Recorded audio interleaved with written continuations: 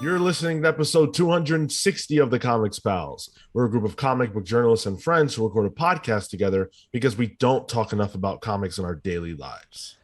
Well, Sean, the con crud, it got them. It got the rest of them. They're It all did. dead. It did. Comic-Con kicked our ass, I guess. Marco and Phil are just, they're out for the count. Kale is, he's not here. That's sympathy typical. Pains, I heard. He could. Yeah. He had that psychic connection. He could feel their illness. Well known for being a highly sympathetic, empathetic individual, so much so that he's got the phantom pain for them across the country, the pond, beyond the ocean, country, across the pond. Yeah, it's pretty amazing, miraculous, in fact. Any reason to not do the show, but Pete and I are here, and we have a lot of things to talk about. In fact, today, for us anyways, is Fandom Day. DC's Fandom is going to be happening today, and it probably will intersect with this recording as it did last year. So Pete and I plan to talk to you guys about anything that we happen to see go down. It's going to be while crazy. We're recording this. Yeah, anything that they put out during this recording, we will discuss live from the Fandom. In fact, I'm pulling up a link to the actual Fandom as we speak, so you will not miss any of our commentary for that. I'm hoping to see the trailer for the Batman during this recording. Oh yeah, I would love that. I would absolutely love that.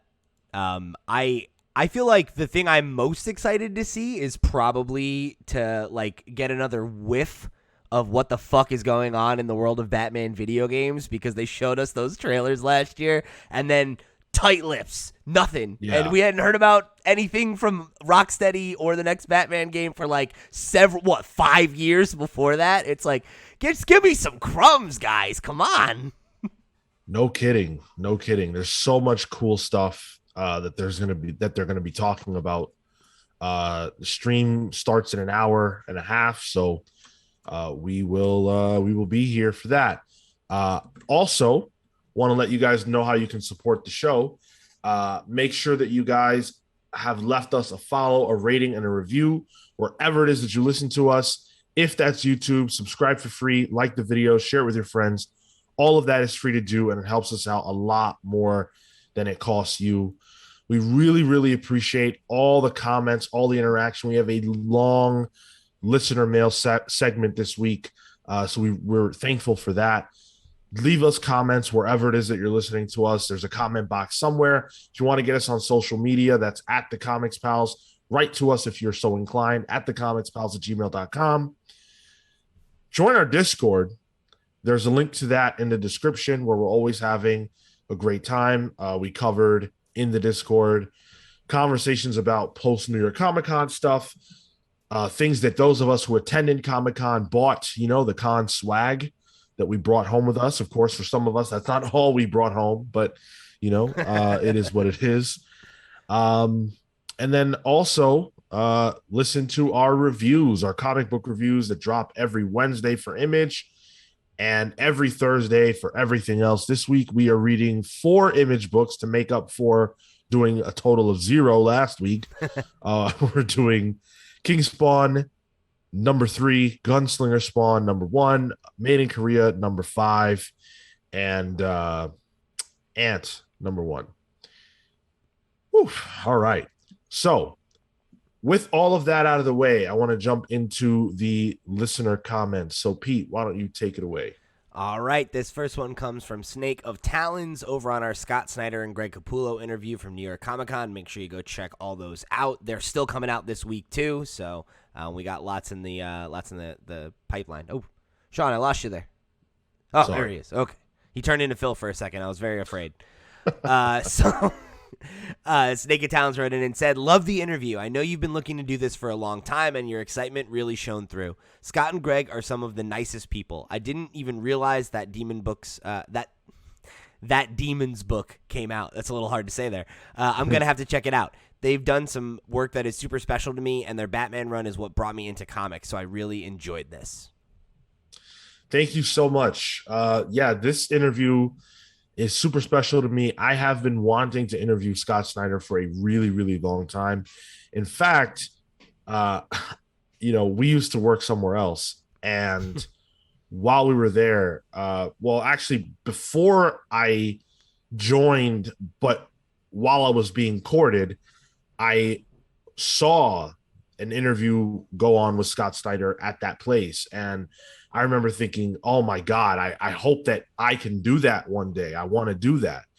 And I finally did. And it was, with our own brand. So for me, that's super cool because, Pete, Kale, Phil, Marco, and I, we've worked really hard to get here. And it's super validating. We were treated really well all throughout the weekend by creators who we have a ton of respect for, and their handlers and their people. A lot of people helped to make these things happen. So, I'm really grateful, and I'm glad you enjoyed the interview. It was so cool. It's funny. I was more nervous to watch it back than I was to do it, which is so weird.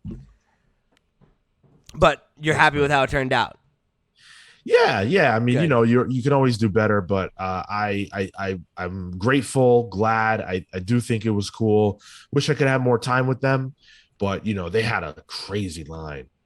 Yeah, I was glad we were able to make it happen. I was really, really big thanks to the Comixology folks. They were super accommodating, and we've definitely been stonewalled by a few other publishers who are handling that duo. So, Yep. Yeah, it would have been great to have been able to get more time, but getting that 5 minutes was something we've been working for a long time. So it was cool to see it finally happen. For sure. All right, so we got a couple comments on our Tony Schiavone interview. We got one from Harris who said, "I never fail to appreciate how great of a speaker Tony is." He's one of the best in the business. If you love wrestling, you know who Tony Schiavone is, and he is arguably the second most important voice on commentary ever. Maybe even the first, to be honest. He's the first I heard. The only other one that I would say is Jim Ross, but between the two of them, they're the biggest, and you can hear them both on AEW. There you go. Rebecca wrote in and said, "Awesome interview, great video quality too." What a great comment. I just have to say that. What a tremendous comment from someone who, really is just probably a great person. And you know what? They spell their name correctly too. So thank you, Rebecca, for writing in. Rebecca with a K. That's my favorite way to spell that name. It's the only way. Yeah. Snake of Talons wrote in again and said, "I had not heard of Tony before seeing him in your interviews, and I love listening to him and you guys banter and talk comics. Honorary comic pal, I need to check out some of his books." Okay. So thank you so much for that. And I think you should check out Butts and Seats. It's going to be a great one. I think it's out in November. I got a little sneak peek at Comic-Con. And I think that if you're a fan of wrestling, if you're a fan of, biographies, if you're a fan of, seeing people's stories, real, genuine people who go through real stuff, I think this will be a cool book. I have to say, though, that Comic Pals thing, man, it kills us. It kills us. Everyone, and I'm just playing with you, Snake, but everyone at Comic-Con said, "Oh, the Comic Pals. There's an S in there." It's so funny to me when we have the shirt on too. It's like, yes, yo, like it's right there. It's right there. We agonized over whether or not to include that S, We did. We had meetings. We had meetings about it, and we clearly made the wrong choice. Thank you, Snake. Really appreciate Thank you, man. you. I mean, I want to point out that in the span of the 2 weeks, because we didn't get to do last week's, Snake of Talons wrote in twice, and was active on the Discord. So, just really a ride or die absolutely. fan for a while. So really thankful for you, man. We appreciate you. So this next one is from the Philip Kennedy Johnson interview. This one comes from Justin, who wrote in and said, "Fantastic interview. Philip Kennedy Johnson has been doing some solid work on Action Comics." Yeah, thank you, Justin. Philip Kennedy Johnson, if you watched the interview, which clearly you did, Justin, has a real appreciation for Superman that dates back to when he was a kid, and you can tell that he's putting so much of himself into this run, it has been good, and I was more excited to read it after that interview because you want to know that the person who's writing the book really cares about the character, and he does. Yeah, that was a great interview, and I almost want to blow up Phil's spot a little bit with a bit of an embarrassing story. But what do you think? What do you think? He ain't here, right? He can't say no. So Yeah. something very, very funny happened. Phil is great at interviews. He's usually pretty unshakable. Friend of the show, Plaid Klaus, loves to joke about how Phil can win a staring contest, right?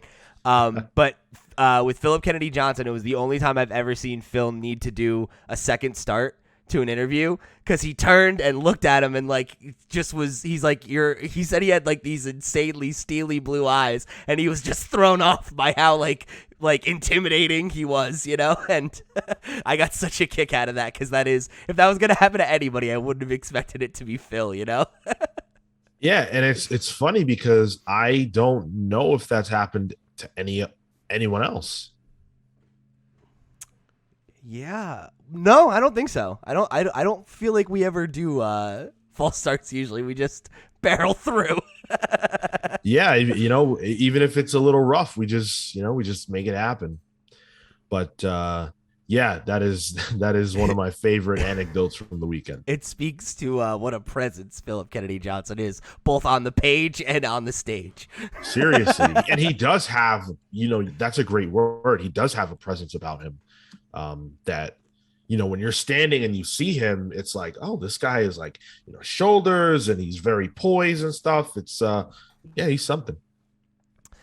All right, so this one comes from Harris again on episode 259, who wrote in and said, "Great meeting you guys in person at NYCC. Marco's hair is luxurious. Kaylee Cuoco is going to be at the Fandom since she voices Harley Quinn on the animated show she stars in. I did enjoy this episode of the Slightly Tipsy Pals. I wish number 5 was in NYC to partake." I think we all do.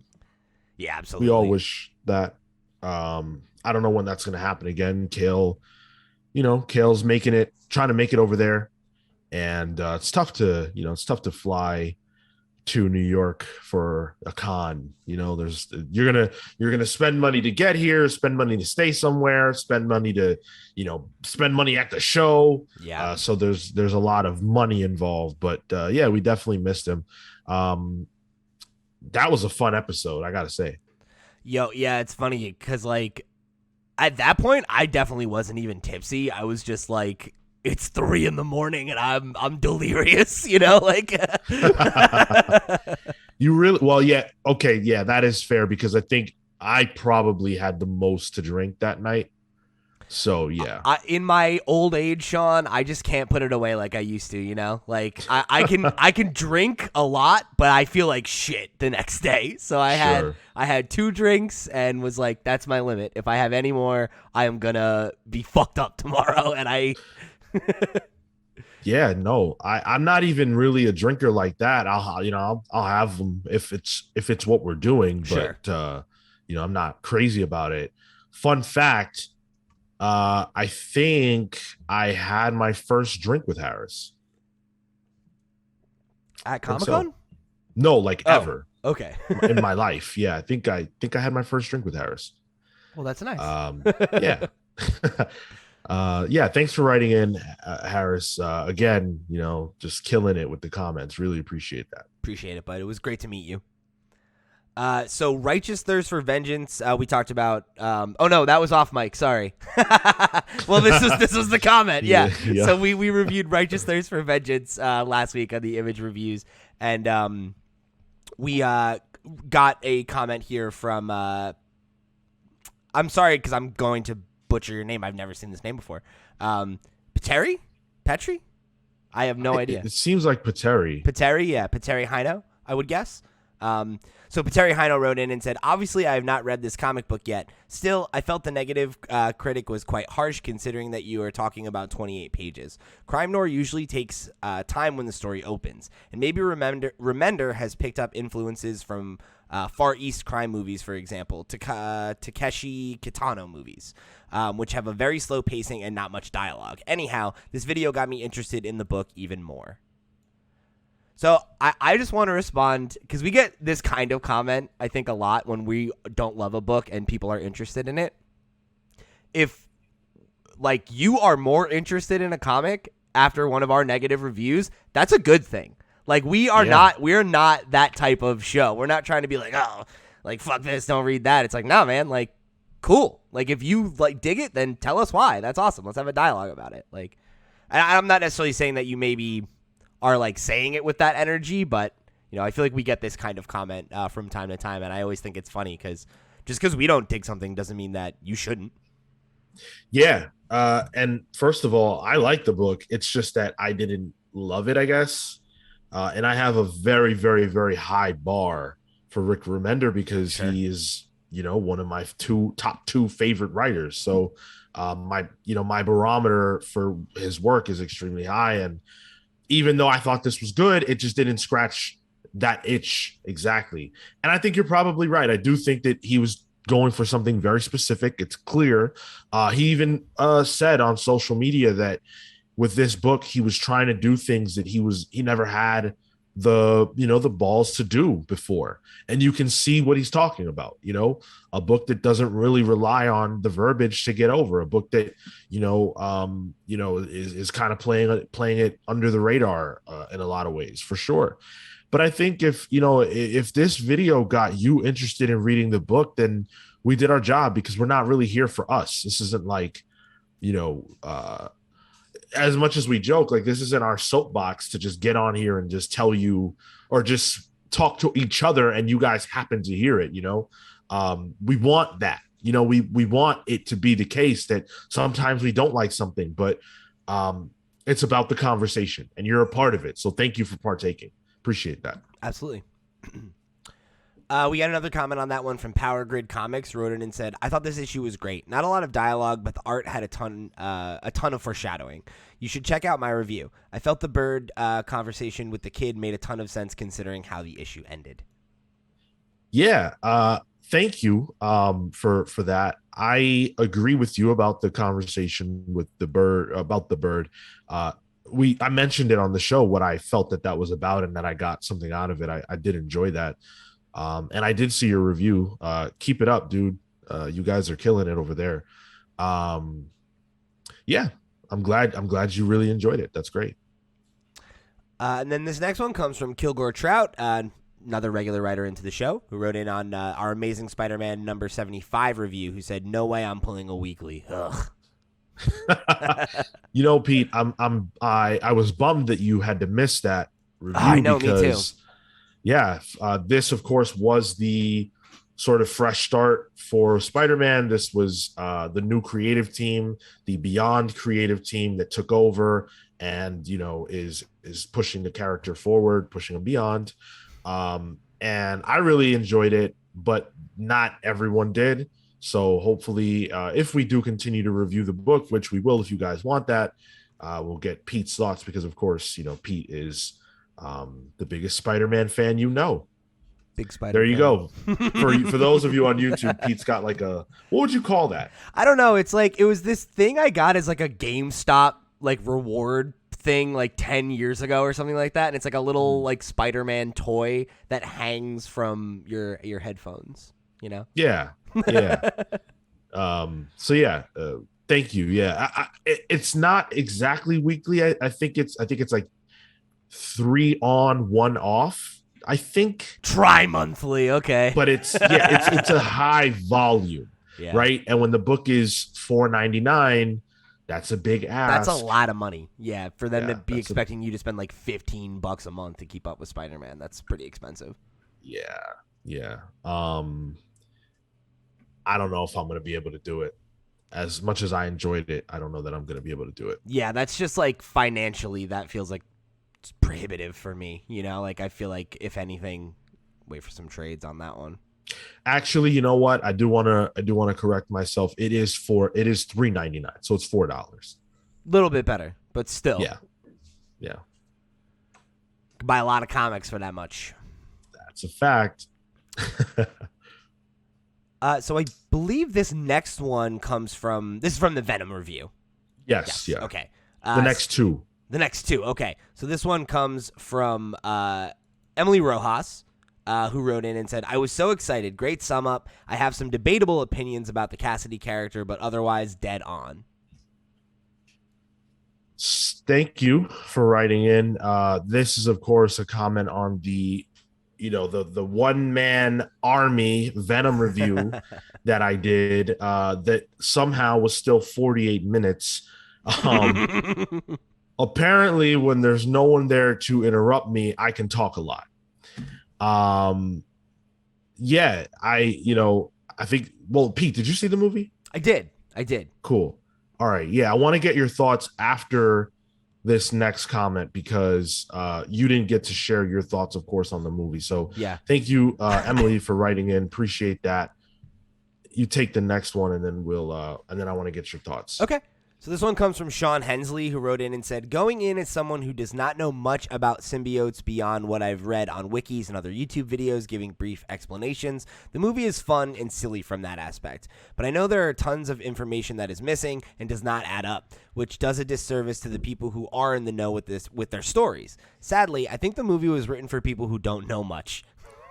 So they will sell tickets. I would love to see a longer film made with more in-depth story. Something that even people who do not know much can sink their teeth into and maybe cause them to dig further into the story. Additionally, I think your review was perfect, and I look forward to more Sean reviews. Lastly, I would have liked them all to have gone in a direction of learning some more about other symbiotes and it all leading up to Null. Gotcha. Yeah. Thank you for writing in, Sean. Sean to Sean. Sean to Sean, this is actually someone that I know from my days playing World of Warcraft. Oh, really? Yeah. Shout out. Yeah, great guy. Thanks, man. I really appreciate your well thought out comment. Yeah, man. I do feel like the movie was made, and these movies are made for general audiences by and large. I never really try to go into these reviews negging the movies for what they're not as it relates to the comics, unless I feel like something was lost in translation that was critical. Yeah. And for me, that was where I was coming from with my criticism of the Carnage character, was just that I don't feel like, and minor spoilers, but I just don't feel like he had an edge the way that Carnage does in the books. Mm-hmm. And I compared it to Maximum Carnage, where this dude is killing a lot of people and you get the general feeling that there's mayhem in New York, whereas I don't know that the movie really gets that across. Pete, what did you think about it? I by and large agree with you. I thought it was fine. While you were recording it, I think I was seeing it. Yeah. And I came out of it with a bunch of my friends who are all comics readers to varying degrees. And the general vibe coming out of it was definitely like a little higher than I felt. And I didn't want to be the guy to be like, but if you'll recall when we did our original review of Venom, I think I summed up my feelings as like, ultimately this movie sucks, but I loved it. Like it was not a good movie, but it was so surprising because all of the marketing had this like grim dark aesthetic, and then it was this goofy, like very like self-aware kind of campy romp, and I got into that. But I felt like this movie, it felt like the bad kind of sequel where it's like it's more of the same, and like usually that's a good thing, right? A lot of times especially in like, blockbuster type franchises, second movies are often, you already know the characters, you can just kind of get into the action of it and, worry more about deepening characters or telling a new story. And I feel like this had none of that going for it, where it was like all of the novelty of what Venom, Tom Hardy's Venom is, is worn off, right? I've seen it. I know what to expect. I went in expecting a certain kind of tone, and it felt like that tone. And having just read Maximum Carnage so recently and having that fresh in my mind, I could not help but draw comparisons and in the way that you said, right? Where it's not, I don't even care about the lore stuff that they got wrong, right? Like, we talked about it when we reviewed Maximum Carnage on the book club. Maximum Carnage is also not very good from, like, a script perspective. It's like, it's dumb action figures smashing together, but it's fun. And it has an edge, and it has a style and a voice that is consistent, and, you know, you get why it has this iconic, you know, it looms in people's memories, right? Yes. This was so forgettable because it was very much like, what if we do that story, but we strip out all of the craziest stuff about it, and we kind of like tone it down and try to make Carnage a little sympathetic, and, you know, try to make, you know, they're these dregs of society, and they, you know, and they've been, you know, and they're not really that bad, they've just been abused. And it's like, no, that's not this character, that's Venom. right Like, and I'm with Venom already, right? You've already told me he's good, right? He sucks, but he's good. Okay, fine. I don't need the villain to be that too. Like, Carnage is supposed to be, like you said, just like the embodiment of like 90s attitude era anarchy, right? Like, of just like, oh, he doesn't give a fuck, and he murders people without a second thought, and he doesn't care about anybody, and he doesn't even care about his girlfriend because he's such an asshole, and like, it's none of that, right? And it was just like, it felt like it took the teeth out of something that the only redeeming qualities of it are the teeth, right? Is that attitude, and you drained all that out, so you just have Carnage, who ultimately as a character is not that interesting. He's a cool design, and he's cool because he's so strong and evil and insane that Spider-Man and Venom need to team up. That's the story. That's the appeal. And you removed Spider-Man, so you needed to, I think you needed to double down and make him crazier and make him take up more of the oxygen in the room, you know? And I feel like it failed to do that. This was their Joker opportunity. This was definitely their moment to like have a villain who, you know, can capture audiences in a major way, to be that force. And I don't think that they leaned into that at all. Obviously, The Dark Knight is a more ambitious movie in general, but I don't think that means you can't have a character who shines and stands out. They just didn't let Carnage stand out. They didn't let him do what he does. And, you know, what he does is very violent, and you can't show that in a PG-13 movie. So, you know, I never really thought that would work out too well, and it just didn't. What's frustrating to me too, though, is that I think there's a way for you to portray it in a PG-13 way that still gets it across, right? Like, think about like the scene in Spider-Man 2 with Doc Ock's arms, and they kill all the doctors and everything. Like, that's not like this horrific, bloody, gory scene, but it's scary. And it gives you a sense of like, this is a big, like, this is threatening. This is really something that like is going to throw Peter for a loop, especially because of this emotional angle and everything, right? Like, it built that tension and that drama without having to be gory. And I think you could have just had like him decimating people and having cutaways and stuff like that, and not having to get into the, because think about Maximum Carnage. It doesn't really show that stuff. A lot of times it'll be him walking out of a room and there's a bunch of dead bodies. We could have done that. We could have gotten away with that, you know? Yeah. But it wasn't interested in really going there. So I don't know. Yeah, I'm definitely with you on that. Yeah, well, missed opportunities, I guess. It's gonna happen. I want to just take this next one because it's out of order. Rebecca commented on the review, and she said, movie rating 6 out of 10. Sean's review 12 out of 10. Thank you again for having such incredible taste, Rebecca. You know, it's really amazing that we're just so in sync, and that you like me so much. That's really beautiful. We should talk.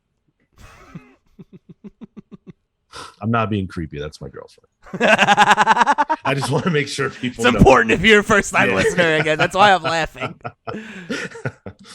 Yeah. Go ahead. So this next one comes from Chillmonger, Hmm. who included a time code where you asked 2 questions that I don't know what they are, and I do. they responded no and no. This was actually on another episode that you and I did together, only just us, Okay. where we were discussing Inferno and Ah. it coming out and I was asking, are people still interested in what's going to happen in the X-Men world post Hickman, and whether or not they would still continue to buy the books? And Chill's answer was no and no. So thanks for answering the question. I appreciate that. Yeah, I mean, I feel you. I get it. So this is another one from that same review. And this is another comment from Power Grid Comics, who wrote in and said, "This issue was just a filler like any TV show or anime. This was to point out how fresh." Oh wait, this is on Spawn. Yeah, this is on Spawn. Okay. Yeah. Sorry. We got the notes got a little mixed up here. My apologies there. So this one's from Spawn. Like any TV show or anime, this was to point out how frustrated and powerful he can be to new readers. They are expanding this world and need to also attract new readers. And Todd has been the same since issue 1 with his big narrating boxes and has never been known for his writing. We can't keep complaining about how he narrates if it's been like that for 30 years, but this issue was brutal and it took me out of the book for a bit. Not my favorite issue, that's for sure. Great video. Thanks. Yeah, this issue was particularly awful. I cannot forget which one it was because it was rough. Were you here when we reviewed what was essentially the torture issue of Spawn? No, I think I missed that one. I think that was the last King Spawner, right? It was the last Spawn. Oh, okay. Yeah. That one I think was just you and Kale. Sure. Yeah, I mean, I get everything that you said. We talked about every aspect of that. But it doesn't make it easier to swallow, dude, Yeah. Unfortunately, I guess I see that, if that's what the book is, it's not necessarily fruitful to complain about it, but the book could do those things and be good. It's just that it's not, it's doing all of that in a way that's very difficult to get through. Yeah.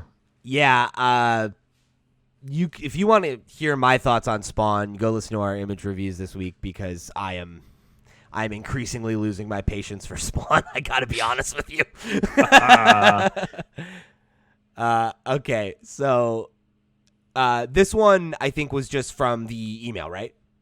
Well, this was actually from Instagram. Oh, Instagram. Okay, cool. So this one came over on Instagram. And this one comes from Gosha, who wrote in and said, "Hello, Comics Pals. My name is Gosha. Recently started listening to your podcast, and I'm enjoying it. Thank you guys for your comic book knowledge inputs. I have a list of graphic novels maybe you guys might want to talk about, and if you guys have already covered these stories, please let me know where I can listen to your discussions on these stories. Thank you guys for all you do for the community. Take care, and stay healthy and safe." Well, thank you so much. That's really, really kind of you. I'm glad you've been enjoying the show. So here's the list. It's a list of 14 books, and there's some big ones on here. Birthright, Animosity, Last Ronin, Rover Red and Charlie, Heathen, Elephant Men, Black Sad, Slayer, Isolated, Pride, Coyotes, I Hate Fairyland, The Autumn Lands, and Stray Dogs. Thank you so much. Yeah.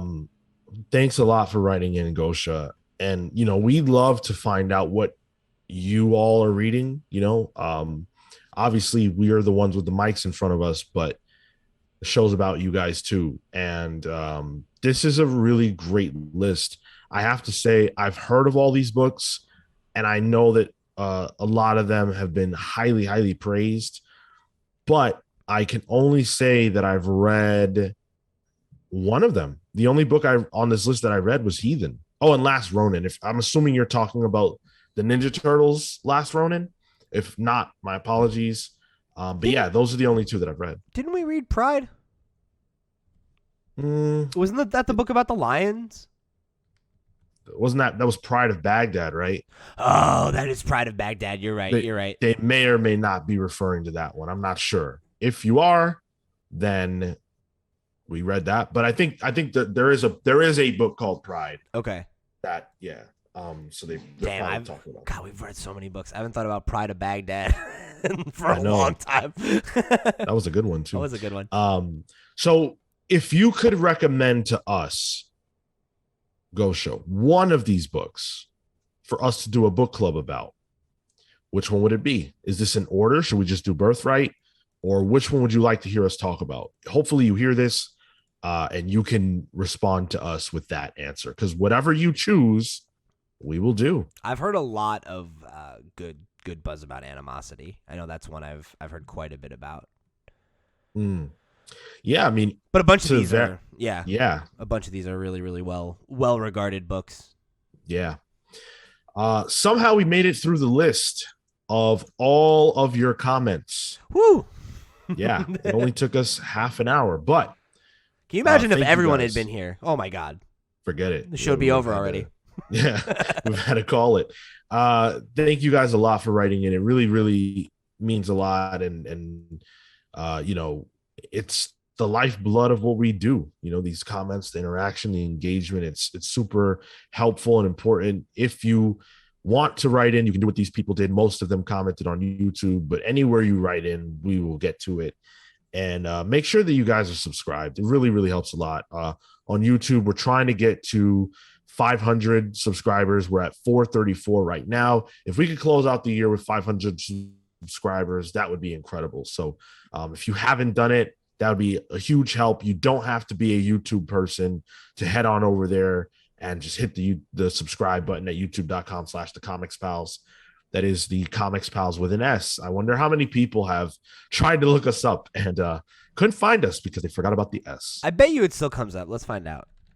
Hopefully it does. Yeah. Let's do it live. Comic Pals. Yeah, we come up. All right. Fun fact, when we first started doing this, within the first couple of years, there was another group that started up called the Comic Pals or Comic Pals. And well, one of us is still here. What's up? Let's get into the Pals polls. So Pete, you've got Made in Korea number 5. Yeah, I really, really enjoy Made in Korea. I think it's a really, really special book. I think every issue has been really solid, and this one was no exception. I am very, very interested in kind of where the book's been going, because it really just feels like it keeps swerving, and that never has felt like – I don't feel like we've hit like a jump the shark moment or anything like that. Like, it all feels logical, but – It's definitely continued to go in ways that I couldn't have predicted. So the fact that we've already read this issue, so we can go check out our review on Wednesday for the Image Comics stuff. But yeah, where this issue ends off could have some pretty interesting implications in a number of different ways. So yeah, I'm still really enjoying the ride. One of my favorite books of the year. Yeah. Definitely. It's a special series. I chose Batman Secret Files, Peacekeeper number 1.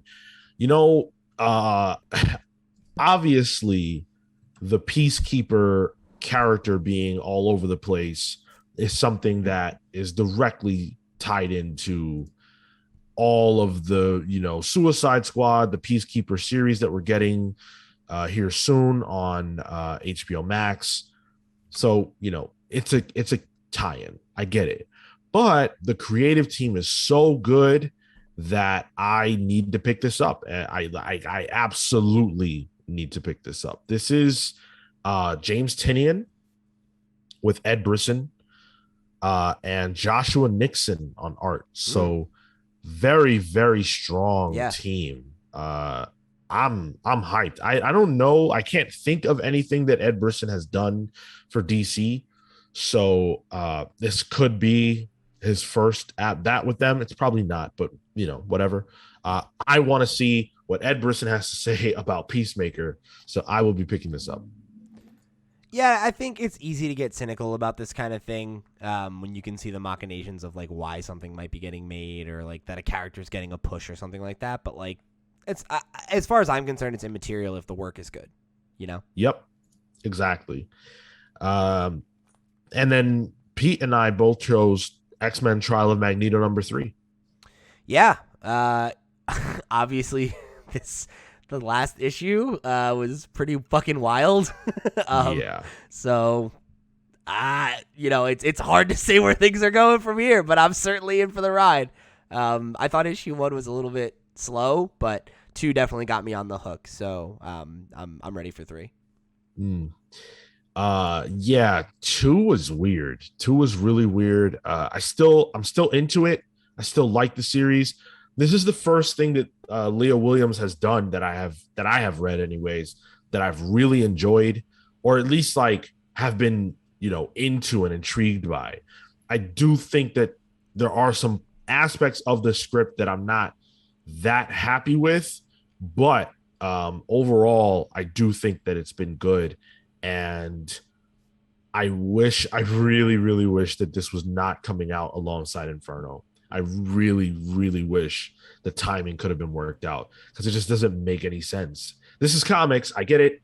I've been reading comics for a long time. I've dealt with this a million times, but it's taking the wind out of the sails of the project when Trial of Magneto feels like it doesn't matter. Yeah, because obviously whatever's going on in Inferno is the main event. Yes, and not only that, but it's taking place after Trial of Magneto. So we know that whoever we see here, nothing critically bad can happen to them. No one here is going to be ousted. And like right? Magneto being one of those characters is pretty, it's right. pretty important. Something tells me that his trial will not end badly for him. Yeah. Safe to say. Yeah. So let's jump into the news. This news actually dropped during Comic-Con, but we just didn't talk about it. We didn't have the time or space. Saga, the return of Saga. We learned. I just can't. 32 months. 32 months, people. That is a long layoff. That is a long hiatus. The longest, I would imagine, in Image history. Ooh, I don't know about. Well, for a consistently published title, probably. Because I imagine that there's like some weird fucking thing where it was like, oh, this book wasn't made for like 10 years, and then we brought it. You know what I mean? Like, Image, Image does that kind of bullshit all the time. Yeah. A book that like was actually on hiatus. Yeah. That was weekly or monthly prior, whatever, consistent. This feels to me like when like a band is like, oh, we're going on an indefinite hiatus, and you're like, so that means you're breaking up, but then they actually get back together, and you're like, oh shit. Like yeah, I mean, I never felt like Saga wouldn't come back just because of, the way they talk about it and the way they Fiona and Brian talk about their relationship. It seemed like they just had a lot going on the sidelines. Mm-hmm. And so I guess now was the time to do it, to get back to it. January 26, 2022 is when we will get Saga 55. Brian K. Vaughan said the following about the announcement. Other than my own family, collaborating with Fiona Staples on Saga is the most important thing in my life. So I can't thank readers and retailers enough for their patience. I think our next 54 issues will be even more shocking, strange, and spectacular than the first 54. So we can't wait to be back on the shelves at your local comic shop soon. Fiona Staples said, I've really missed connecting with readers through the pages of Saga, so I'm thrilled to roll up my sleeves and dive into this world again. The next arc is already going places I never imagined. I'm so grateful that we're able to keep doing this. That's awesome. It's insane to think that we're only halfway through the story. Mm-hmm. Like that's nuts. And like we knew that, right? Like that's a thing that Brian and Fiona have said, that they had that plan for 2, kind of like 54 issue halves, I guess. But yeah, it's crazy because like that book launched in 2012, Yeah.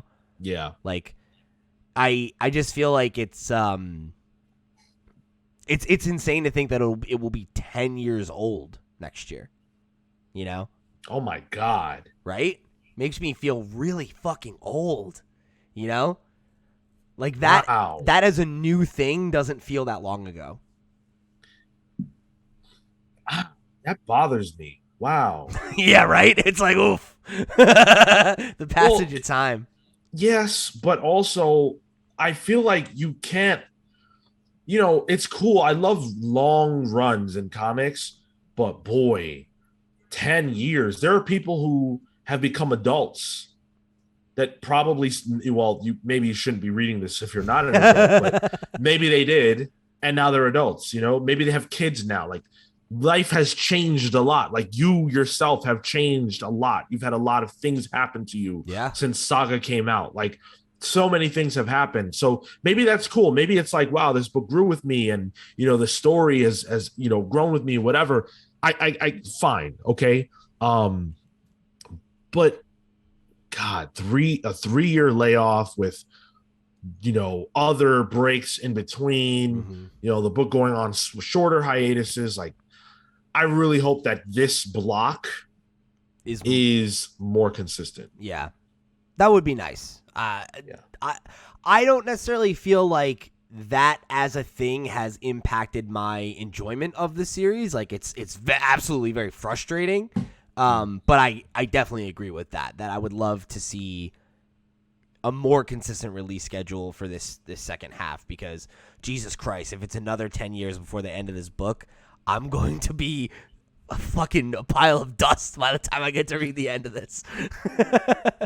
You might have your own kid, you might be able to connect with the story even more. So in a way, that's kind of cool. And that is cool, like I love that about art. But especially like a piece that you feel really connected to when you're young, and then as you grow, the book does grow with you, or you get new things out of it when you come back to it.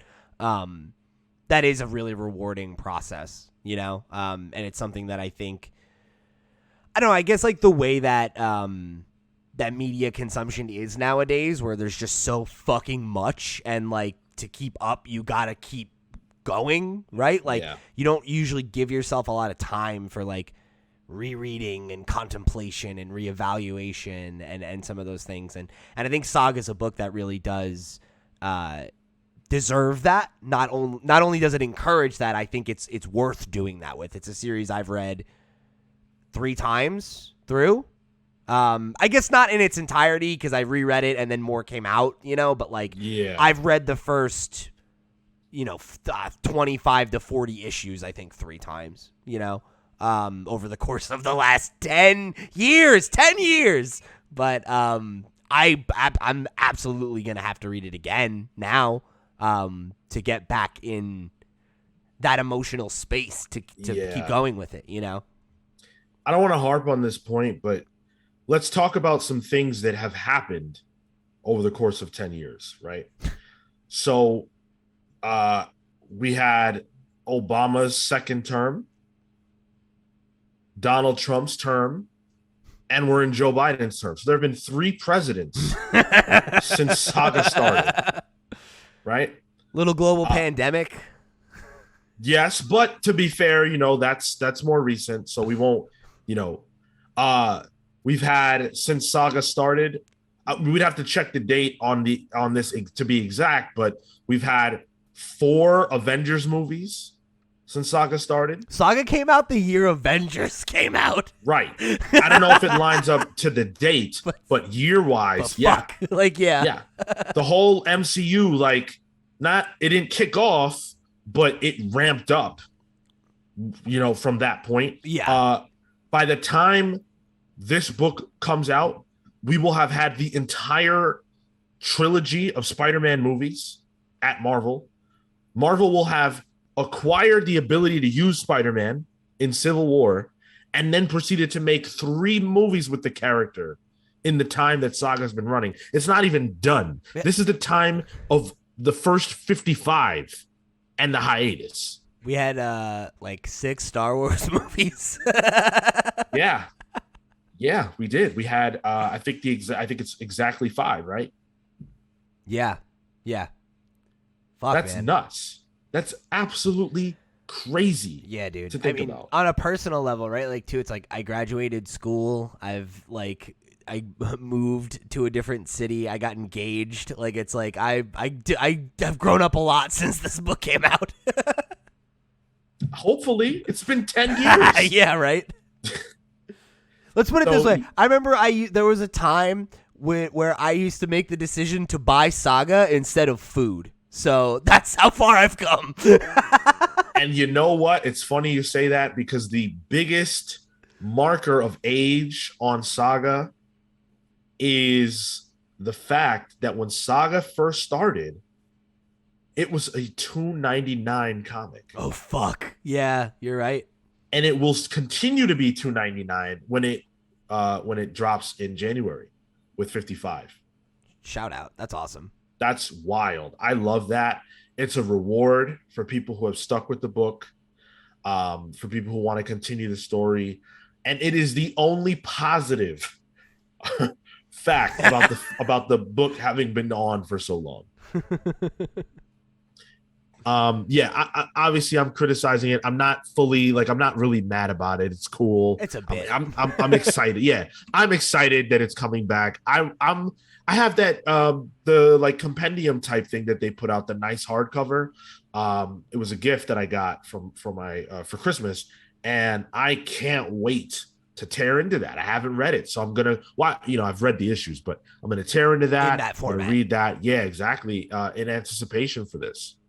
Yeah, it's actually really funny. So when Sarah and I first started dating, it was like right around either Saga had recently started its hiatus or it was starting the hiatus like then. I don't quite remember the timeline, but I remember, Sarah had never really read comics before and was trying to take an interest in them. And I was like, here, you should check out Saga. And she read like the first like 20 or something issues in like a sitting while we were like recording one day. And I was like, oh my God, you're still reading? Awesome. And she was like, yeah, I'm blazing through it. Like, how many are there? And I was like, oh, well, there's like 54, but like it's on break right now. And she's like, it's on break? It's not done? I was like, no. She's like, well, when is it coming back? And I was like, oh, we don't know. It's been on break before for like a year. And she was like, okay, I'm going to stop reading then, and I'll just reread the whole thing when it comes out. And I was like, no, damn. Yep. And that is the thing. Like, I've been wondering, I'm sure Saga won't be affected by this because it's such a big book. It's Saga. But I have wondered, like, will there be readers who don't come back? It happens at Image constantly. My favorite books that Image has done, I have dropped just out of forgetting that they existed. Like Lazarus. I loved Lazarus by Greg Rucka. I stopped reading it because I forgot it existed. Black Magic, also by Rucka, forgot it existed. Low, I stopped buying it because it wasn't coming out. And then the week it came out, I was like, oh my God, Low, oh my God. Bought it, was like, I want to read this, couldn't remember what happened.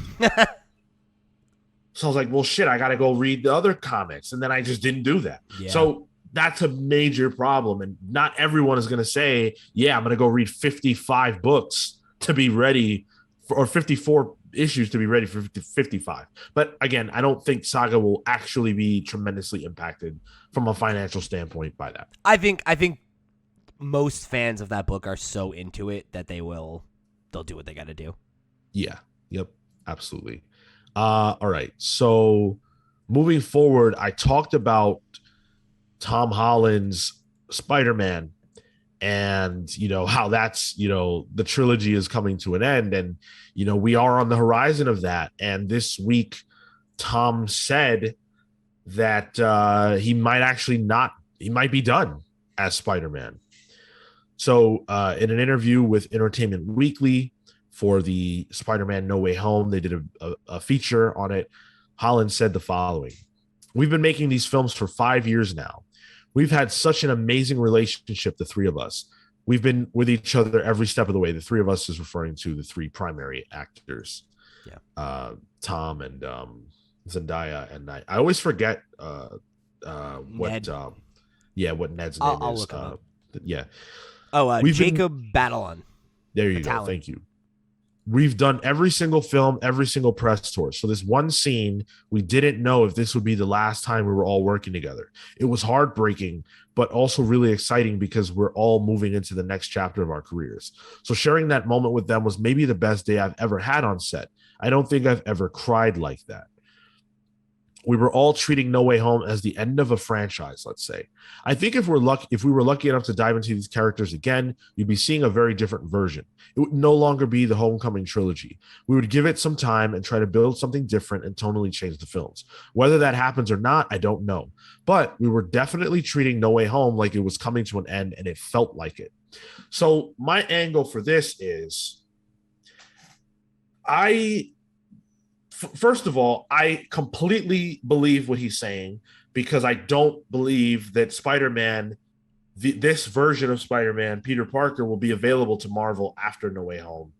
I think that we will get one more movie with the character in the MCU, and then the torch will be officially passed. So I believe that. When he says that if they were to do this again, it would be something different, I believe that too. Because if they do it again, he will be doing it for Sony only.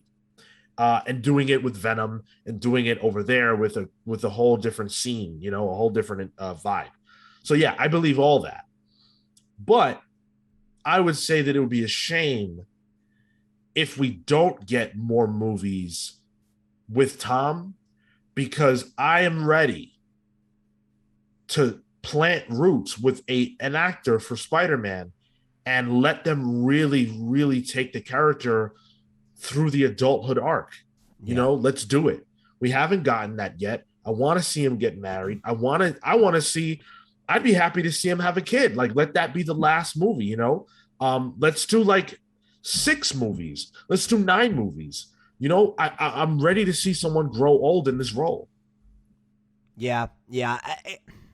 I think it's a shame, because for all the things that the Tom Holland era of Spider-Man have gotten right, there's like a lot of missed opportunities because of some of these rights issues and things that they can and can't do, and the fact that, I think there is this kind of uncertain future on some level.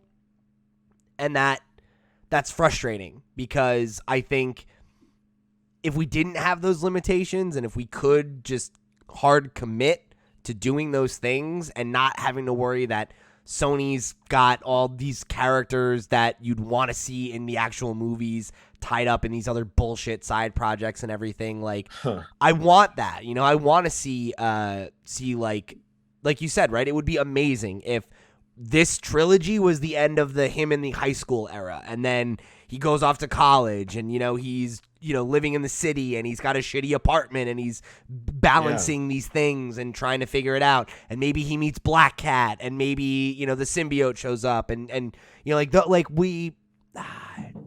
there's so many of those beats that we're just never gonna get to as long as we have this stupid fucking rights dance, and that sucks, but it is what it is, and I guess we got to just be thankful for the good stuff that did come out of it. Yeah, well, the thing with Spider-Man in particular that's different from Marvel characters is that you really want to see him go throughout his entire life, because he does have interesting things that happen to him at all points, and we know this because we've seen it. The comics have allowed the character to age and grow, and then of course they snap him back to a certain degree, but we've done the college thing, we've done the high school thing, we've done all that. I want to see that play out. And when you only get 3 movies with an actor, and then you just rubber band it back to high school at that, well, when the hell are we going to get past this?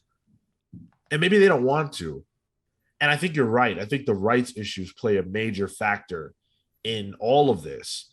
But I'm just saying, if anyone, I think the best person, the best actor to have done that with would have been Tobey Maguire, because Tobey's Spider-Man felt like an absolutely human person, and I love that. But if we're gonna do it, let's just do it now. Let's do it with Tom Holland. We got him. People like him. The movies are good. Let's just get into it. He enjoys playing the character. Yeah, he's committed. You know, he said he wants to play the character as long as he can. You know, Right. We'll see what happens. You know, we've had this song and dance before too, right? Like the negotiations can always be reopened. So yeah, we'll see. Fair enough. Yeah, I'm hoping that's the case. So yeah, December, whenever that movie comes out, if it comes out in December, we'll see. It might be his last hurrah. Well, it actually cannot be his last time playing Spider-Man. He's under contract for one more for Marvel, I believe, and one more overall for Sony. So I believe we'll see him 2 more times. And I would bet my bottom dollar, I'd bet my last, that one of those will be a Venom tie-in. Yeah, I think you're probably right about that, which, yeah, boy, that sucks. Especially because if you were going to do it, couldn't you have saved Maximum Carnage for that? No, you know what? I don't even want to say what I was going to say. That's a huge spoiler. I agree. I agree. So Penguin had a rough week last week.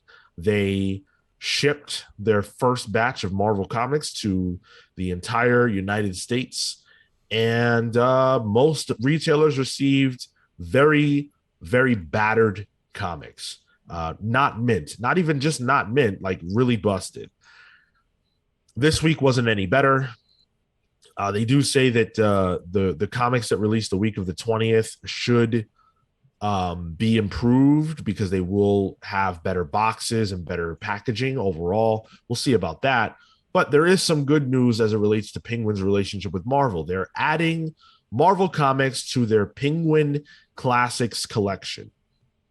So Penguin Classics is just what it sounds like. They take books that are important to, literature, important books, and they create a classics line with them to keep those books, published and available to people over the years. So what's that? I'm just reading the Rich Johnson article, and I love that he says its books in this series are considered important members of the Western canon. The first Penguin classic was E.V. Ryu's translation of the Odyssey, published in 1946, which is just hilarious to me. Like, not to say that comics don't deserve to be part of that conversation, but Rich opens it like saying, like, my mother would never have believed me if I told her that this was a thing. And it's just such a, like, ha ha, like sure, we're here, we're kicking our feet up, we're taking our shoes off, and we're stepping on your couch. The Odyssey is not better than Amazing Spider-Man. Come at me. That's right, because now these comics will be a part of that classic collection. We've got the Amazing Spider-Man, so they're going to be putting out a collection of stories from Amazing Spider-Man by Stan Lee and Steve Ditko. Captain America, of course, Jack Kirby, Joe Simon, Stan Lee, Jim Steranko, and John Romita Sr. And Black Panther, Don McGregor, Rich Ruckler, Billy Graham, Stan Lee, and Jack Kirby. So they're going to be doing, these collections, which will just, take stories from their history, the important stories for these characters, and collect them, their origins and things of that nature, and collect them. That's awesome. That's really, really incredible. This is going to start in June 14th. All of them will be available, and then they're going to do additional ones down the road. These will be collected in with, I guess, Penguin's notable black spine, and then also there will be a hardcover edition. Each of them will also have a foreword. Jason Reynolds will do the Spider-Man one. Nandi Okafor will do the Black Panther one, and then Gene Luen Yang for Captain America, which is pretty cool. Yeah, that is cool. How do you feel about this? This is cool. I think this is really cool, right? Like, this is, I think it's cool to see them kind of place this honor on these books, and because of that context, like Rich said, of these, like, the things that are considered for this are literature that is important to the Western canon, right? I don't think you can make any argument, regardless of your feelings about the quality of comic books or anything like that. You can't argue that they haven't had a major impact on the Western canon, right? I think especially Marvel characters right now are for the last decade plus have been so ingrained in our culture, and they always have been, right, to some degree. Sure. So it's cool to see that honor placed on these books. It's cool that the selections are these very classic runs. And I think the idea of kind of, having another format for these books to be delivered in that is like a little bit more high quality, that wants to talk about their historical context, and that's going to have these nice forwards and everything. It feels like a really cool presentational package for these books, as well as it being a nice thing to hang on the hat of, the comics as literature conversation. I could see this being a thing that, that like maybe colleges use in like, some kind of course or something like that, right? As we move further and further into, removing that stigma around talking about pop art as art, And we are more, well, I don't know if more. No, yeah, I'm comfortable saying that. We are more entrenched in superheroes. Superheroes are more part of our lives overall than ever before. Obviously, there have been times in history where more people have read comic books, but there's never been a time where more people were exposed to superhero media. And because of that, these characters are our modern myths, and they have an effect on people. You look at the fact that Black Panther is even included in this is proof of what I'm talking about. There's no chance in hell that Black Panther is included if that movie doesn't come out in 2018, right? Yeah, absolutely. That movie had such an impact on people, on culture, that now Black Panther is being included in a classics collection alongside Spider-Man and Captain America. That's a big deal. Yeah, and absolutely. We should talk about these characters that way. Spider-Man has impacted, Pete and I, for sure, our lives, and many, many, many others. There are children who, this is sad, but like children who are, cancer stricken, and they know that they're dying, and all they want is to meet Spider-Man. Yeah, that's what they want. Not Obama, not, name your, take your pick. They want to meet Spider-Man. Yeah, absolutely. That is a big deal. That matters. Honestly, like, even just trying to think about it a little bit, I'm welling up here a little. Like I would often joke about it, but I truly do mean this. Like, Peter Parker has a far more profound influence on my life than Jesus Christ. There you go. Yeah, there were a lot of times, especially when I was a kid, where it was a guiding light, and I think a lot of people feel that way, right? I think, especially in a world that is often designed to make you feel powerless. The power that, having a hero that you can look up to, especially as a young, impressionable person, is huge. It's hugely impactful, so much of my personal philosophy and the way that I try to interact with people and make choices are dictated by, moral lessons that I learned from Spider-Man, Yeah, absolutely. It's just so incredible. I'm so happy to see these characters getting the respect, and not just the characters, but the creators. This is a huge boon from the relationship between Penguin and Marvel. Only Penguin could really do this, because Marvel can put out 1,000 versions of, Spider-Man's early days and collect it. But when Penguin does it, it's going to get eyes that never would see it otherwise. So it's awesome. But the question is, will these arrive in stores damaged. Will they arrive safe and sound? Hopefully Hopefully. they do. Yeah. Hats off to Penguin and Marvel for getting this done. That's super cool. So quick update on the fandom. We are T-minus 29 minutes away from it actually starting. So we'll probably still be recording at that point. And hopefully they start with something really cool so that closer to the end of the show, we can talk to you guys about whatever it is that they show off. But moving forward, go ahead. I'm watching the live chat, and it's like Yeah. every other fucking thing. It's a hashtag restore the Snyderverse. And then I just saw somebody goes hashtag don't restore the Snyderverse. And I was like, oh, wow, we got a fucking badass over here. Right? One thing you can say about the Snyderverse people, the ones that are really committed, is they are loyal. Like, they are down for the cause. They are passionate. They are a passionate group of fans. I don't want to meet any of them, but they are a passionate group of fans. Well, to be frank with you, you're talking to one right now, man. I'm down. I want it. Restore it. Let's go. No, I'm comfortable whatever DC decides to do. I'm team Scorch Earth, okay? This shit is still a mess. Just fucking cut the cord and let's start over. For a long time, it was like, oh, but people like Gal Gadot, Wonder Woman. No. You know what? Wonder Woman 1984 was bad. Let's cut it. We're done. Start over. Oh, man. Yeah, you know what? Fair enough. I'm not even going to argue with that at this point. So DC made a ton of announcements about books that we can expect to be coming here soon.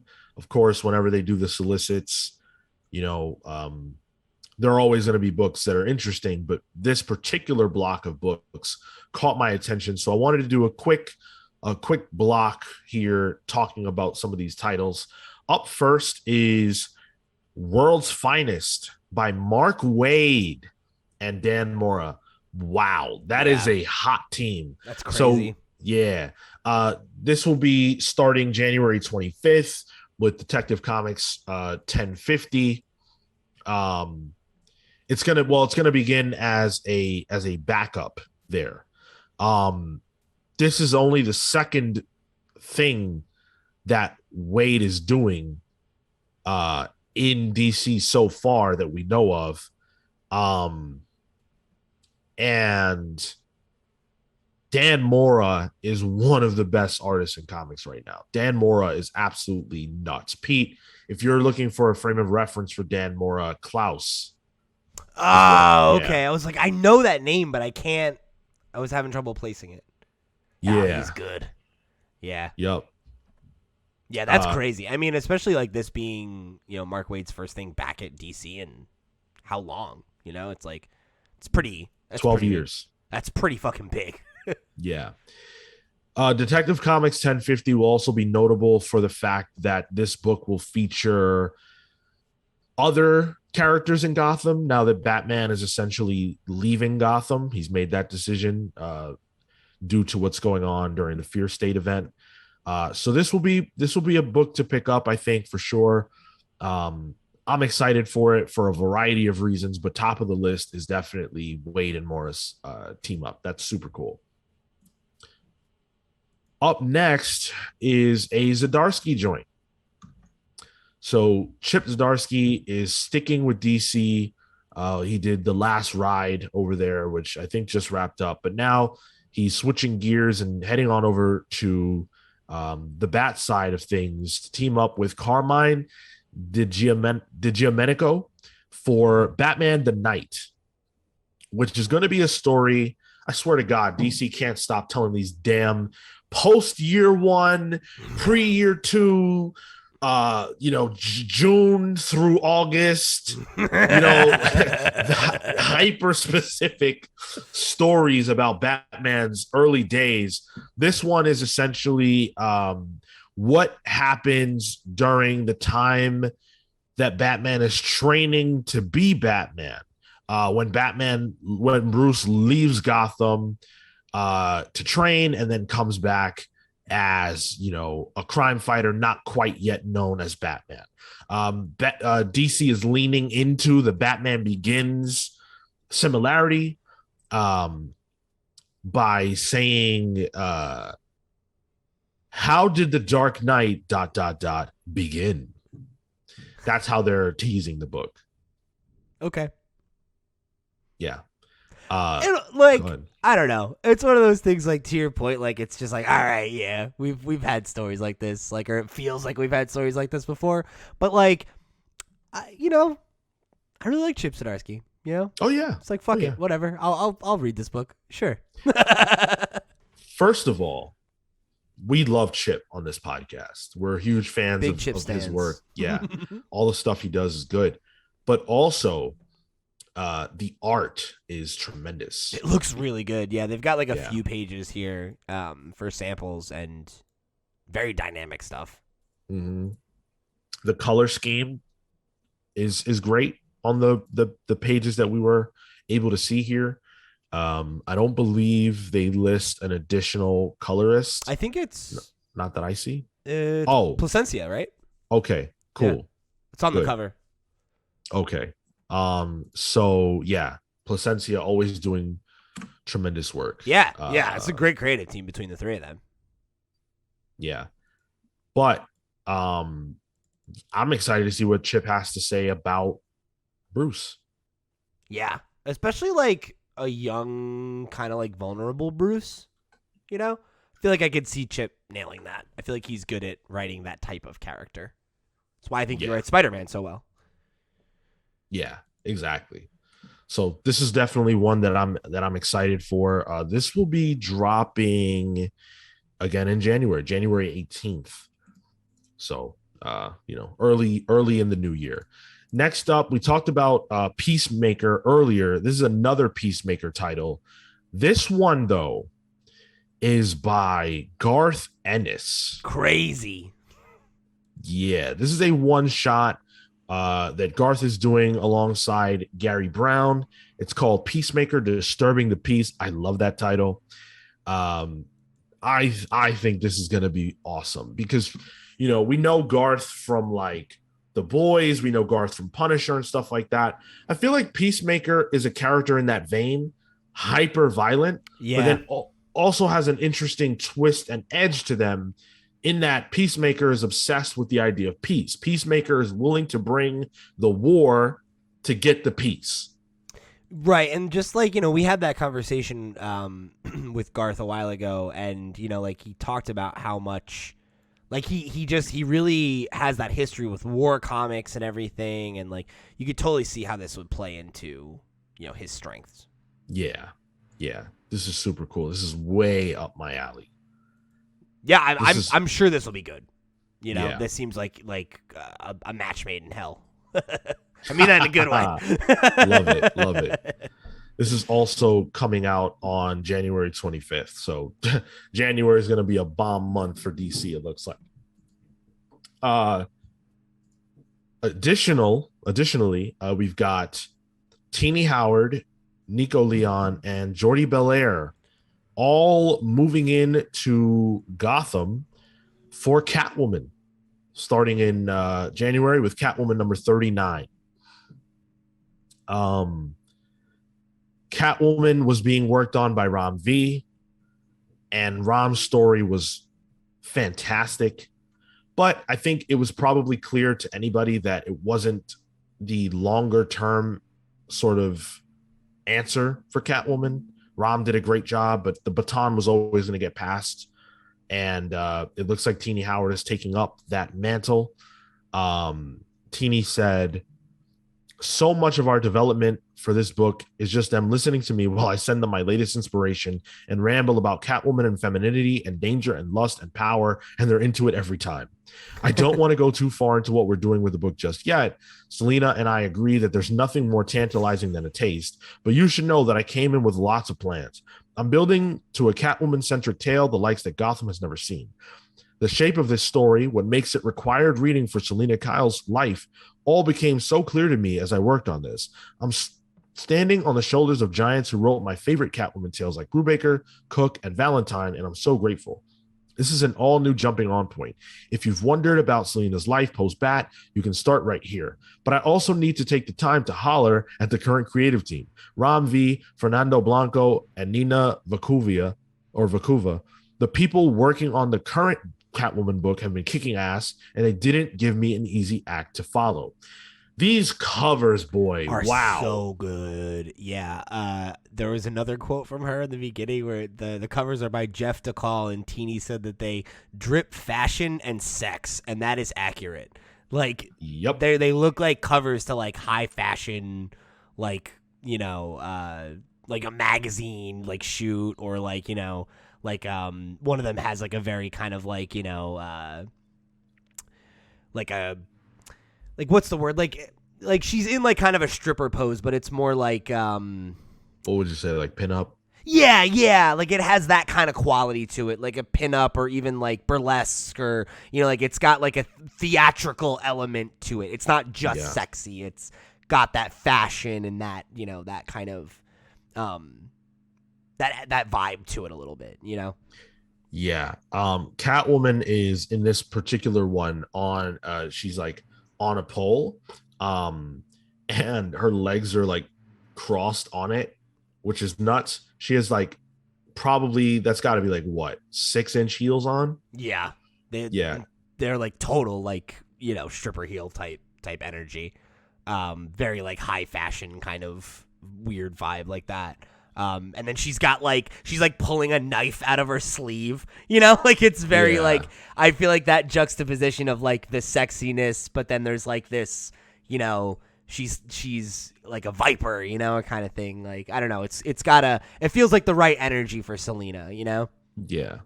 The cover B though is, I mean, that's a reference to Batman Returns. Mm-hmm. Why Michelle can't Pfeiffer I remember? Energy. Yeah, thank you, Michelle Pfeiffer. Yeah, totally. Yeah. I got to get both of these. Very influential. Mm-hmm. Indeed. What are your thoughts about Teenie Howard?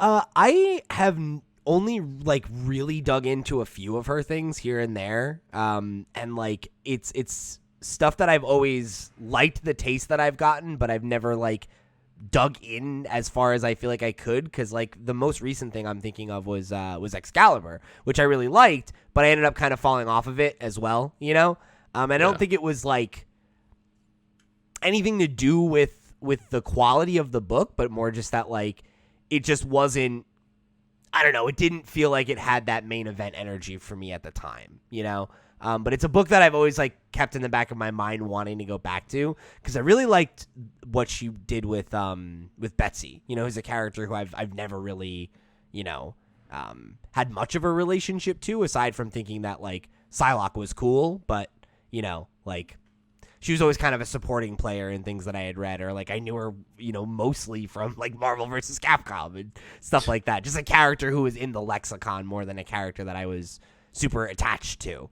But I really liked the way that she wrote her, and like the kind of familial conflict that was going on there, and her struggling with her identity as a mutant, but also as a member of the Braddock family and everything. And I thought she juggled those things really well, and the idea that this is a book that's going to, be more about, maybe Selena's like internal life, kind of post Bruce, is something that I think that feels like a thing that she's probably really well suited for, given what I know about her as a writer.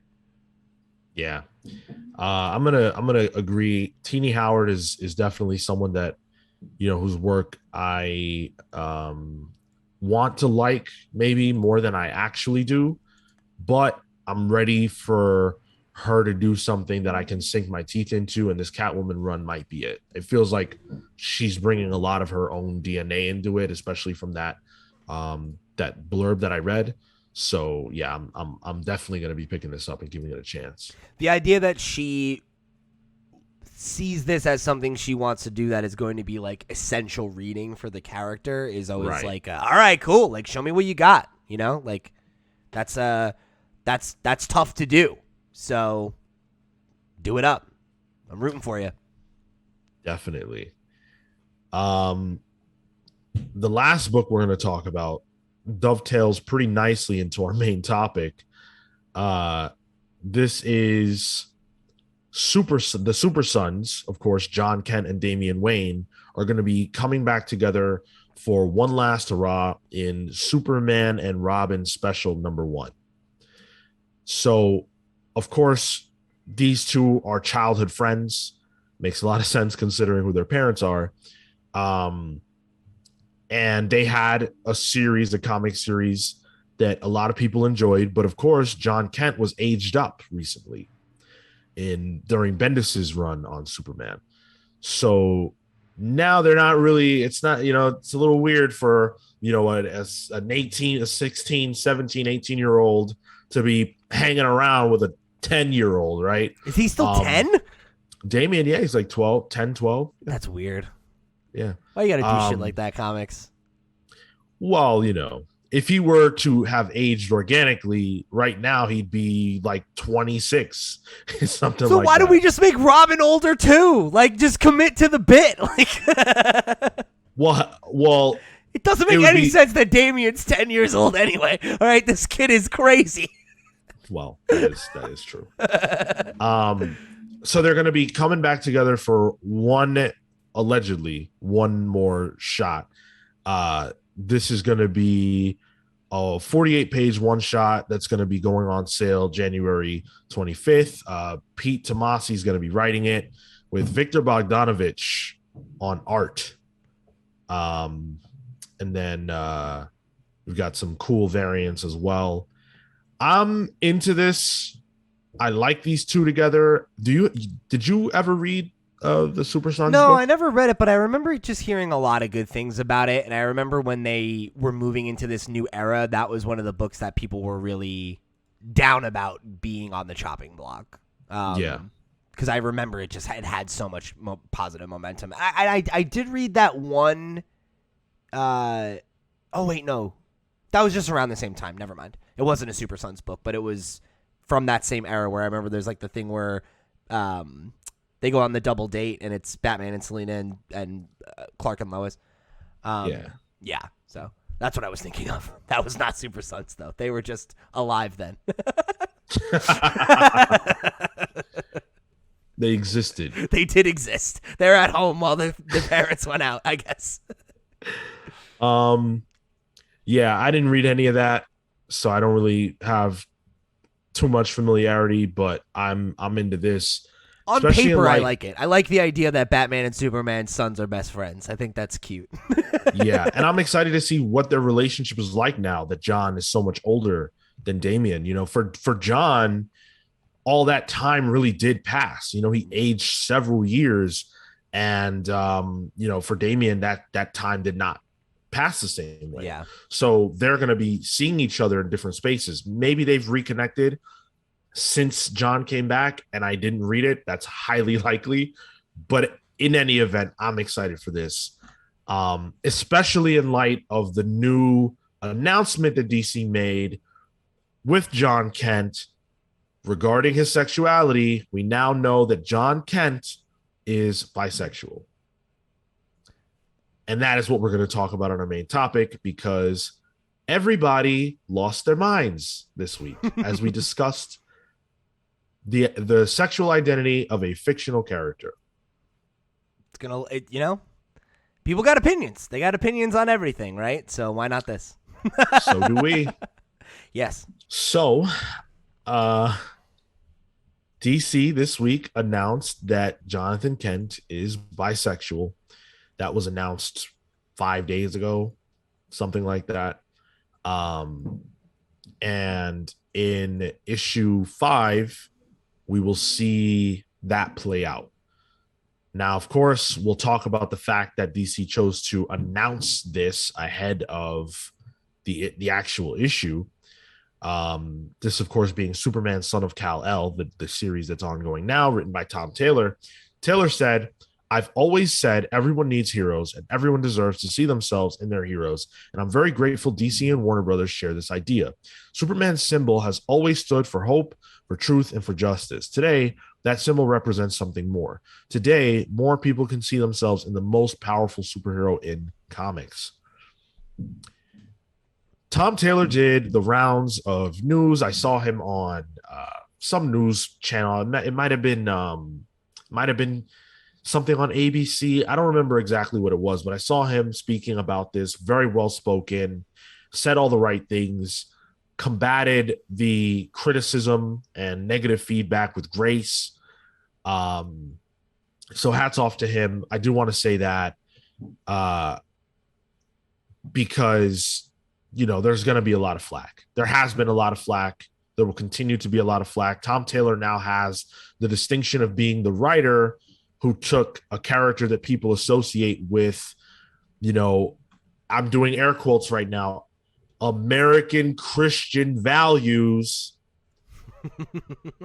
and made them something other than heterosexual. And that's going to bother a lot of people. And it is bothering a lot of people. The internet went nuts this week about this announcement.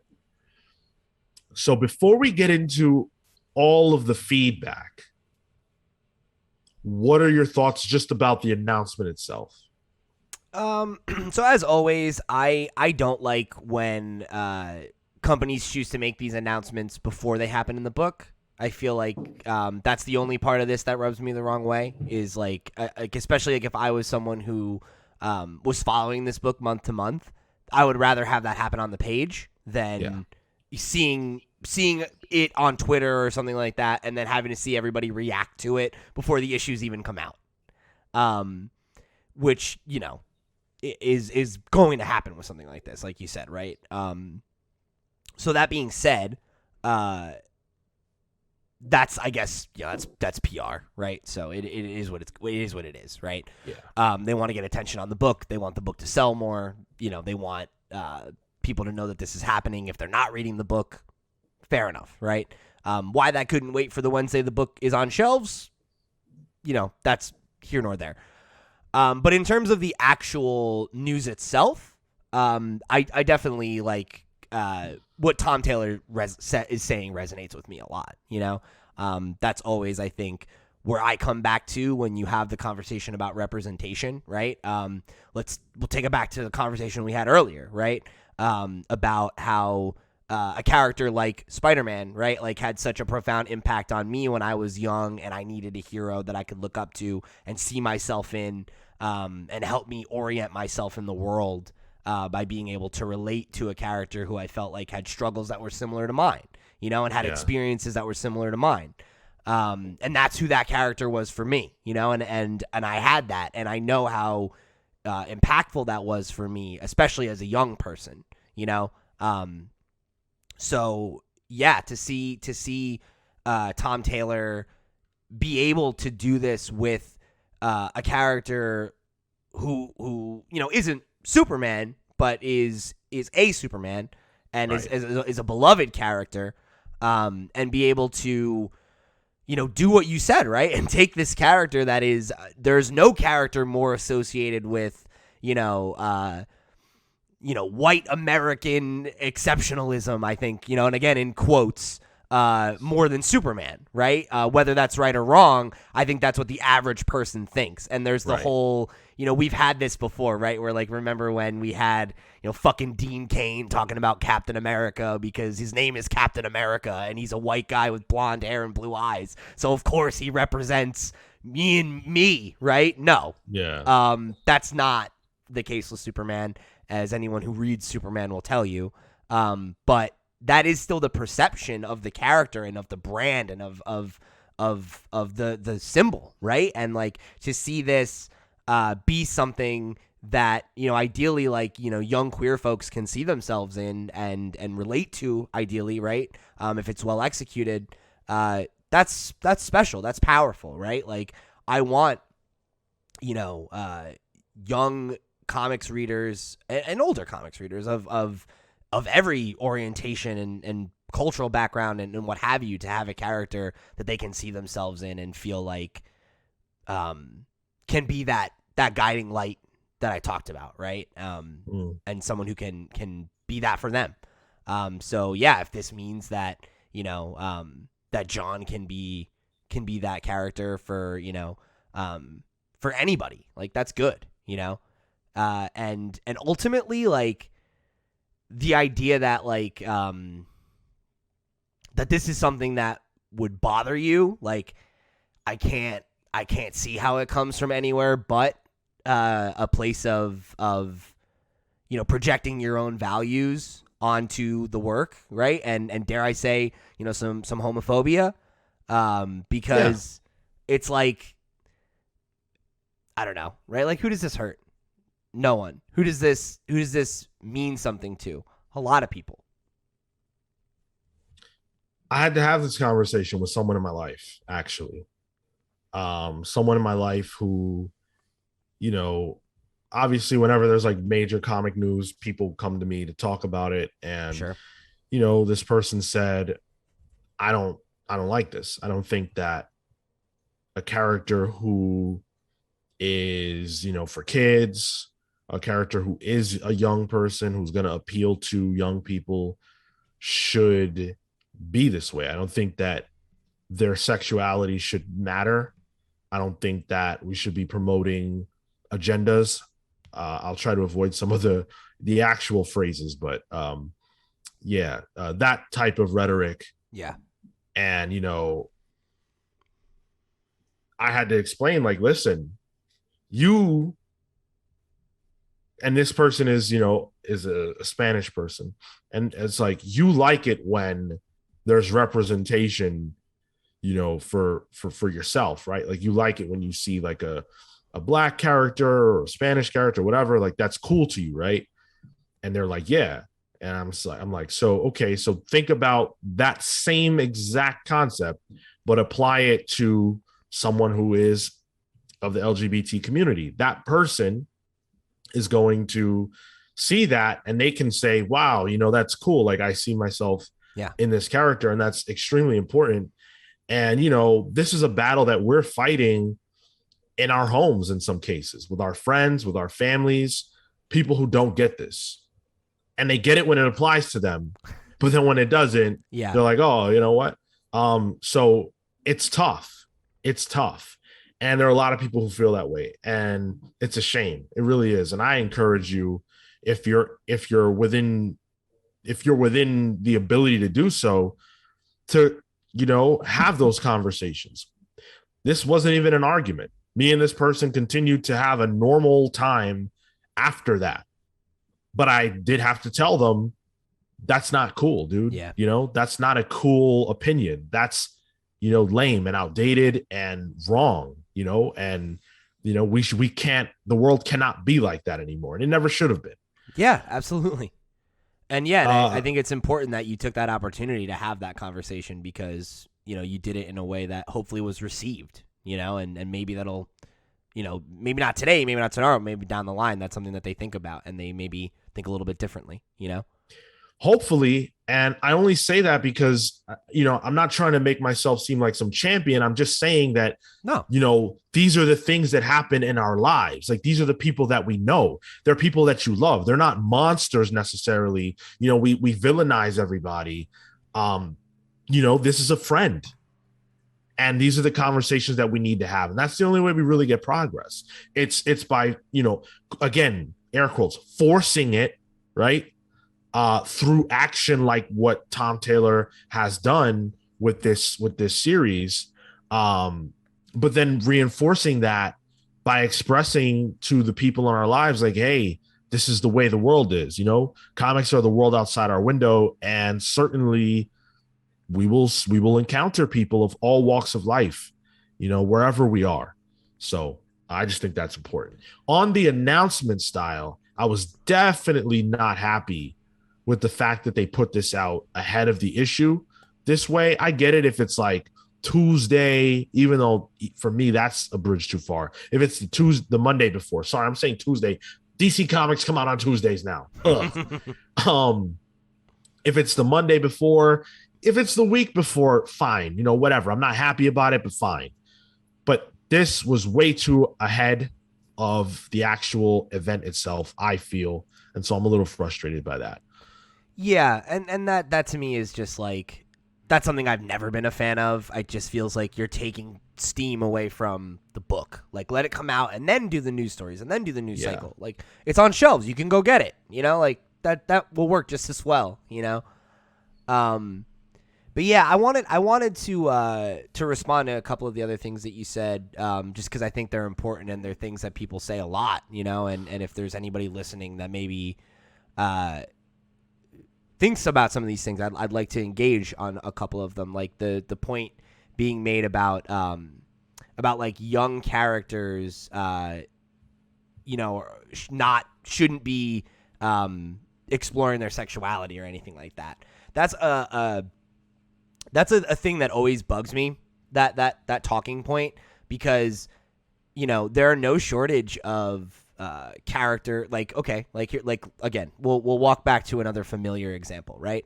Spider-Man, right? When I was reading Ultimate Spider-Man, he's 15, he's an underage boy, and there is a whole issue about him and Mary Jane talking about potentially losing their virginity together and what would that mean and all those kinds of things, right? And like, nobody has a problem with that.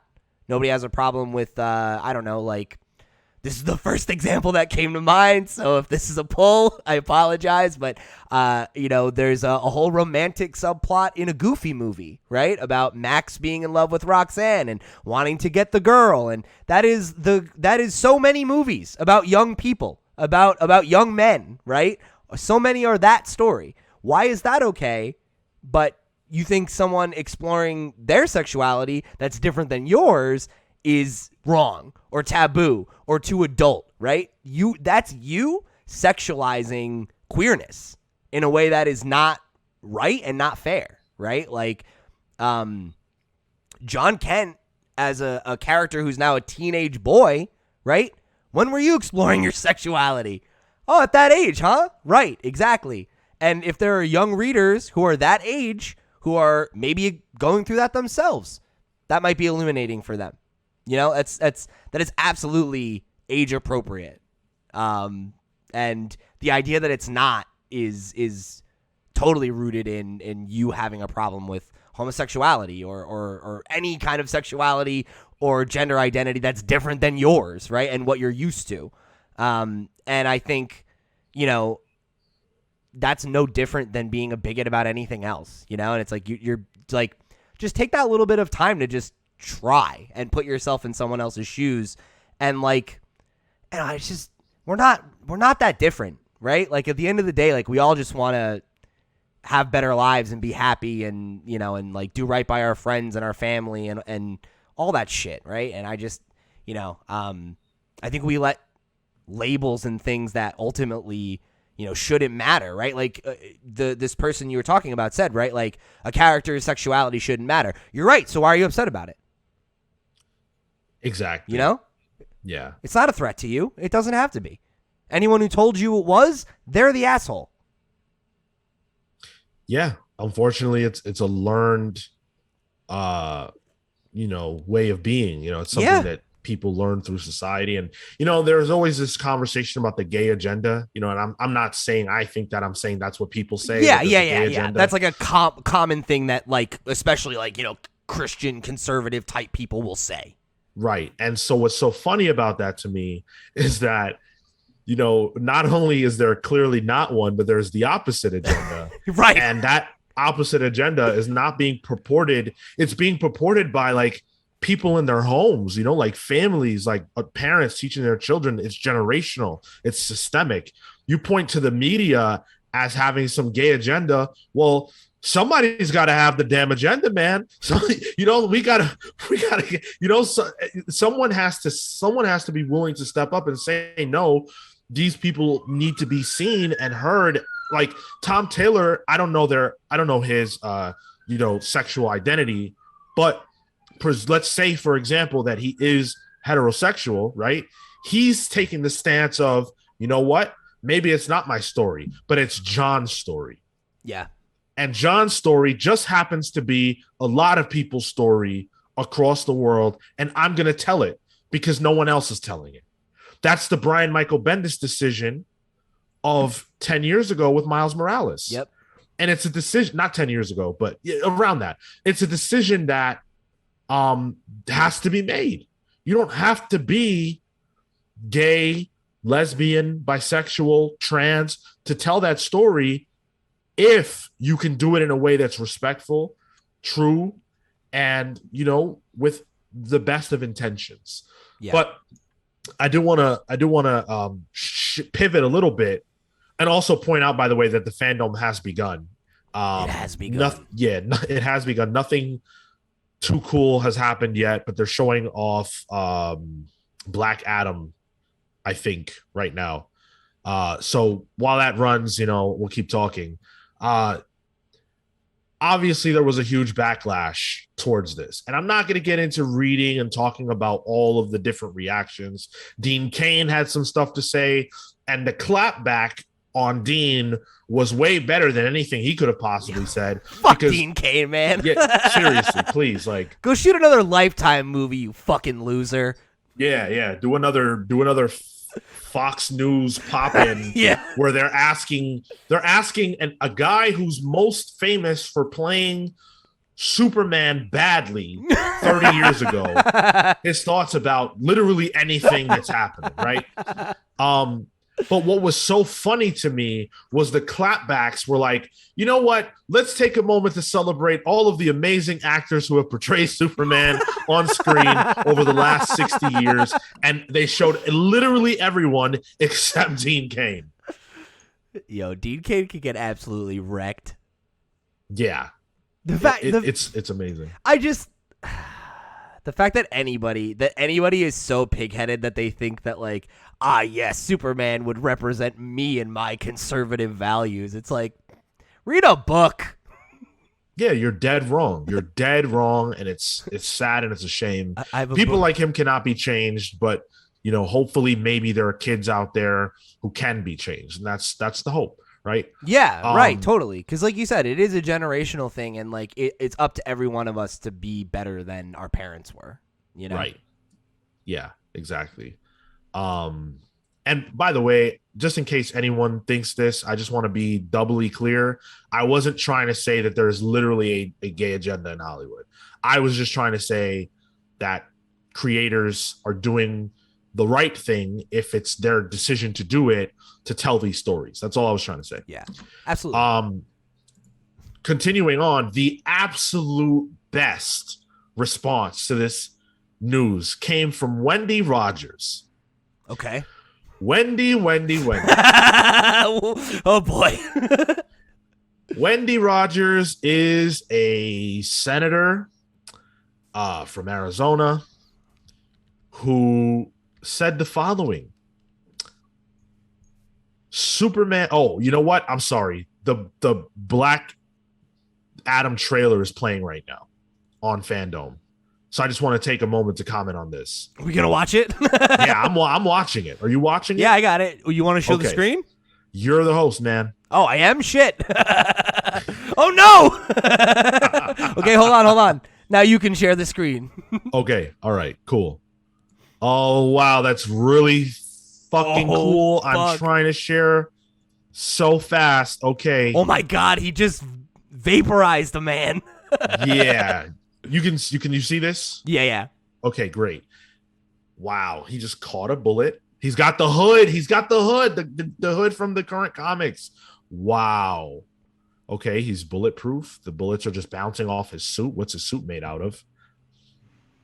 Wow. They're showing the logo right now. Yeah. For those of you who can't see this. Oh, shit. Next summer.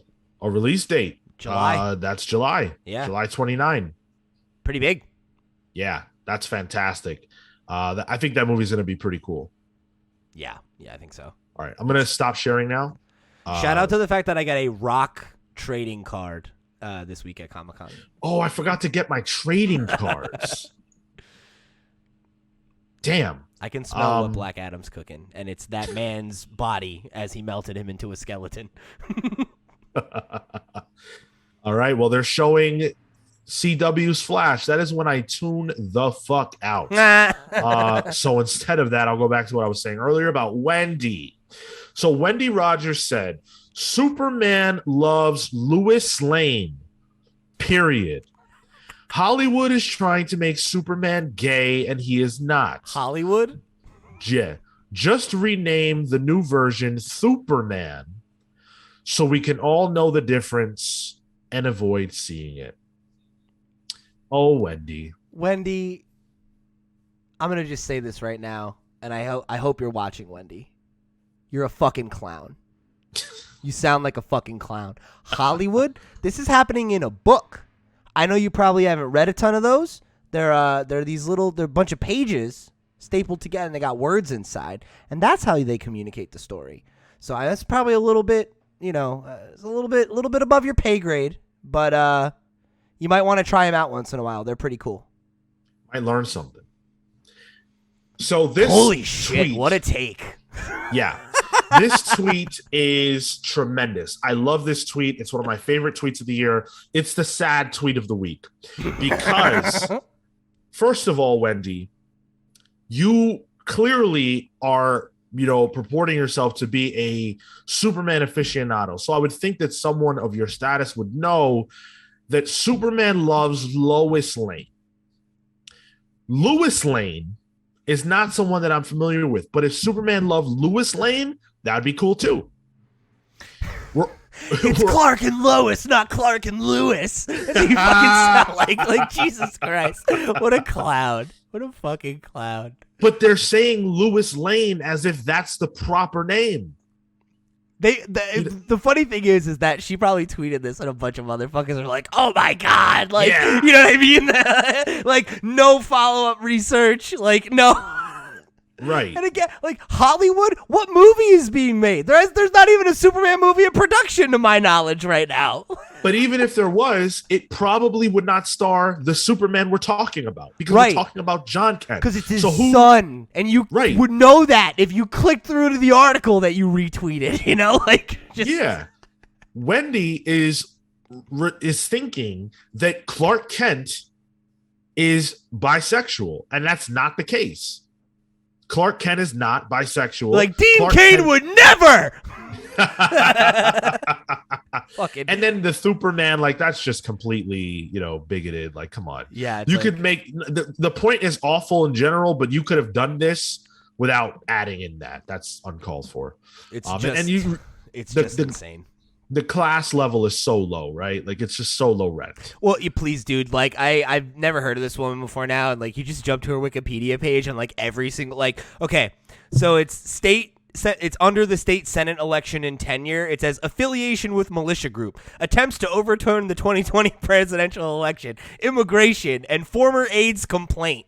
These are the four things that she is most known for, are being a terrible boss, being affiliated with a militia group, and trying to overthrow the 2020 presidential election, and saying a bunch of racist shit about immigration. So fuck this lady. Like, and also now known for the tweet of the week, the Lois Lane controversy. Superman loves Lois Lane. Period.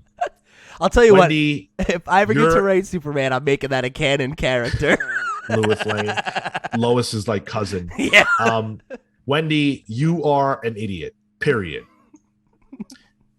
Moving on. By the way, it looks like the fandom is getting ready to talk about Aquaman. There's like this water. There's water coming down. It's like a whole fake background. It's a CG thing. You guys, if you've seen Fandom last year, you pretty much know what to expect on that front this time around.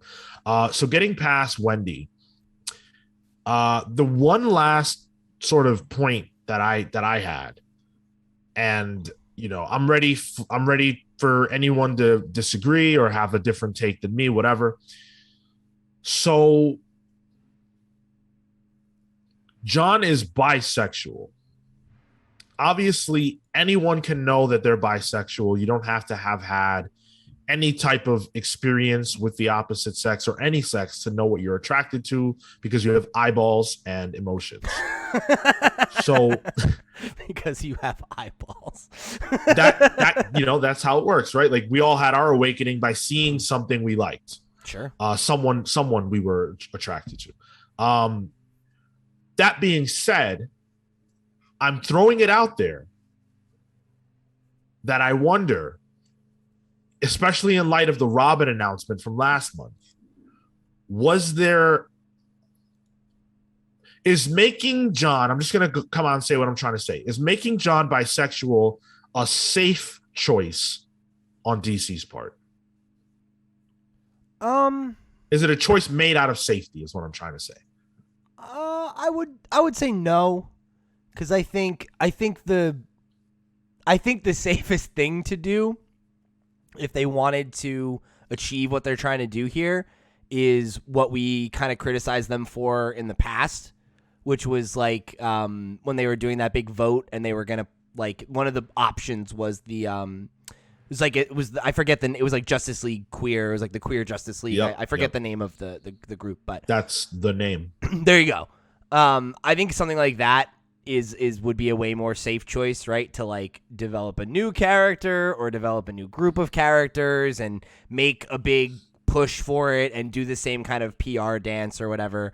This was something that they knew was going to court some level of controversy. And, you know, you can make the argument that that's good for business sometimes, but when you think about the fact that, and we've talked about this a lot, unfortunately, I think a big part of the consumer base of comics are, you know, folks with, you know, some bigoted ideas who don't necessarily want to see, you know, quote unquote forced diversity or any of that kind of stuff. They had to know that that was going to be part of this equation, right? And I think it's probably it's something that they took as a calculated risk, you know, but I wouldn't necessarily argue that it's like the safe choice. Just because you could have. Sorry. No. Go ahead. I'm saying the safe choice, and I didn't clarify this, and I should have. The safe choice weighed against him being gay. Ah, I see. Yeah, sorry. I see. No, I don't really think so, because I think any amount of queerness is going to is going to raise flags for that type of person, you know? Yeah. I don't think that they materially see those things as being all that different, right? Like there's a picture in the book that's like a preview of him, you know, kissing a boy. So it's like that's gonna rub people the wrong way no matter what, right? And I think if anything, it is good to see that, because I think there is a big that's a huge issue. I think that bisexual people do face is like this kind of attitude of like, I think like there are a lot of heterosexual people who will be like, oh, well, you're not really gay if you're bisexual. And I think that bisexual people experience that even from the queer community of like, yep. Well, you can pass, right? Like if you have a relationship with somebody that's, you know, like you're in a heteronormative couple, then like that somehow discounts you as being queer and having those feelings and having that be part of your identity. And I'd say that all people feel that way, but I know that that's something that the bisexual people in my life have expressed feeling, right? Like feeling like I don't quite fit in either world, you know, or I feel uncomfortable expressing my queerness as much as I would like to because I'm afraid of feeling like, you know, judgment or like I'm, you know,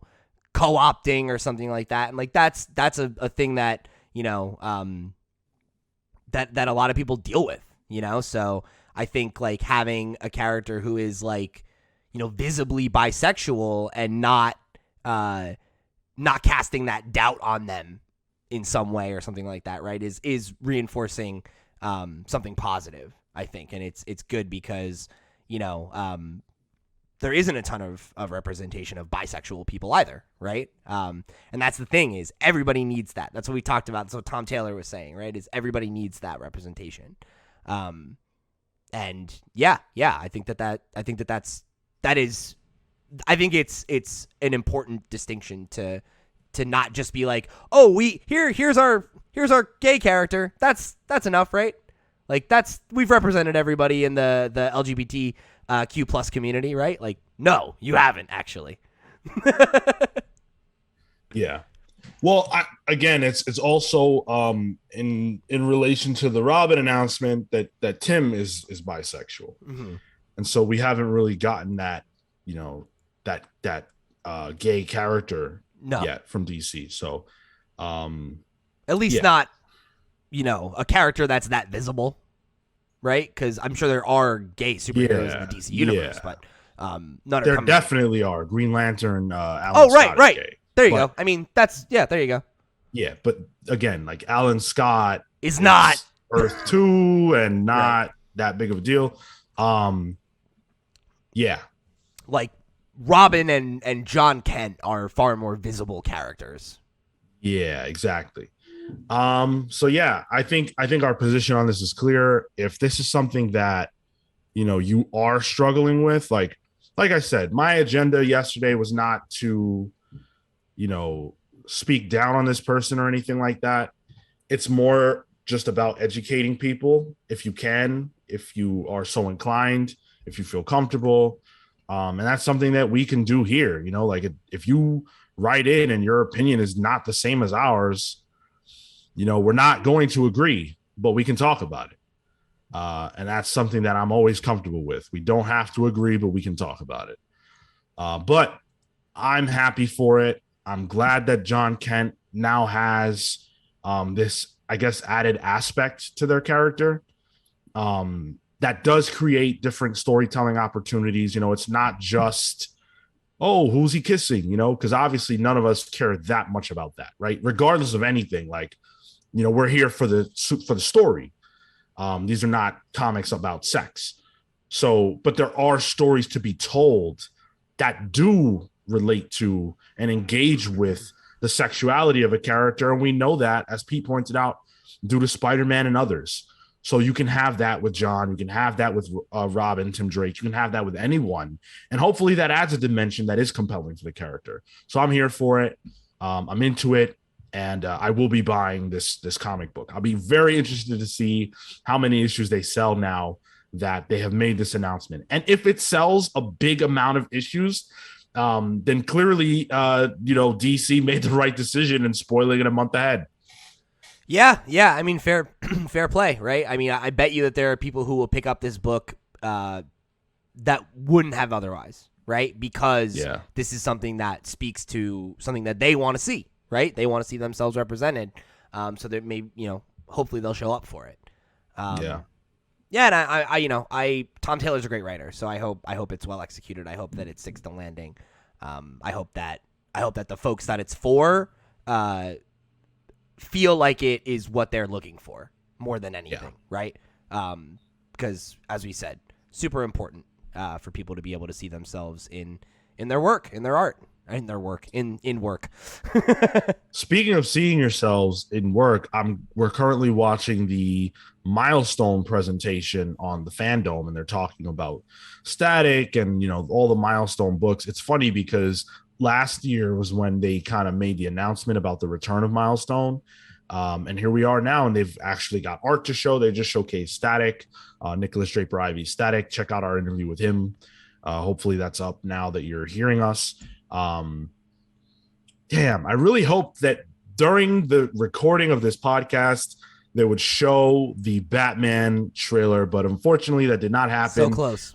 Yeah, we cannot wait for that. But they save it for the end of the Fandom. We're like 10-hour episode of the Comics Pals, new record.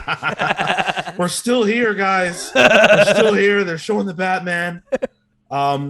No, we'll next week we'll comment on everything that we didn't get to from the Fandom. For sure.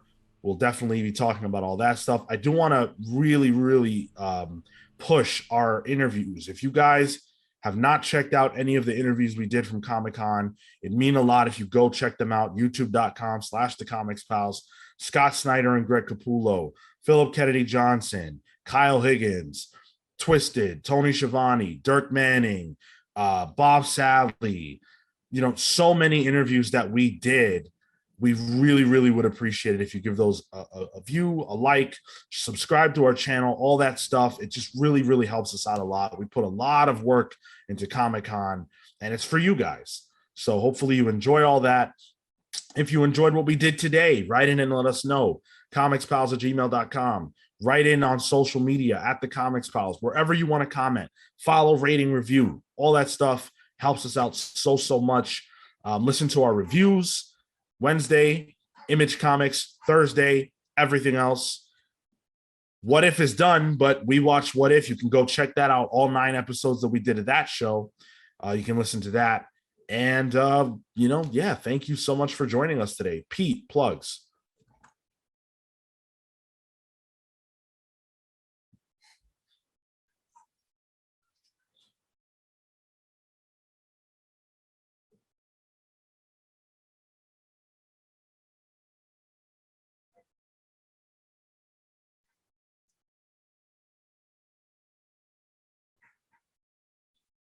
I had myself muted on the video version there, so I just said my plugs and nobody heard them. So I'm going to take those one more time for you. @loud_Pete on Twitter and Instagram. Flipscreen.games for my video game podcast. Long Friend, Time Friend is my band. We are very good. Go check us out. Agreed. As for me, you can follow me on Twitter and Instagram only @SeanSoapbox. Hit me up to talk about the Batman. Super excited about the Batman. Can't wait for this movie.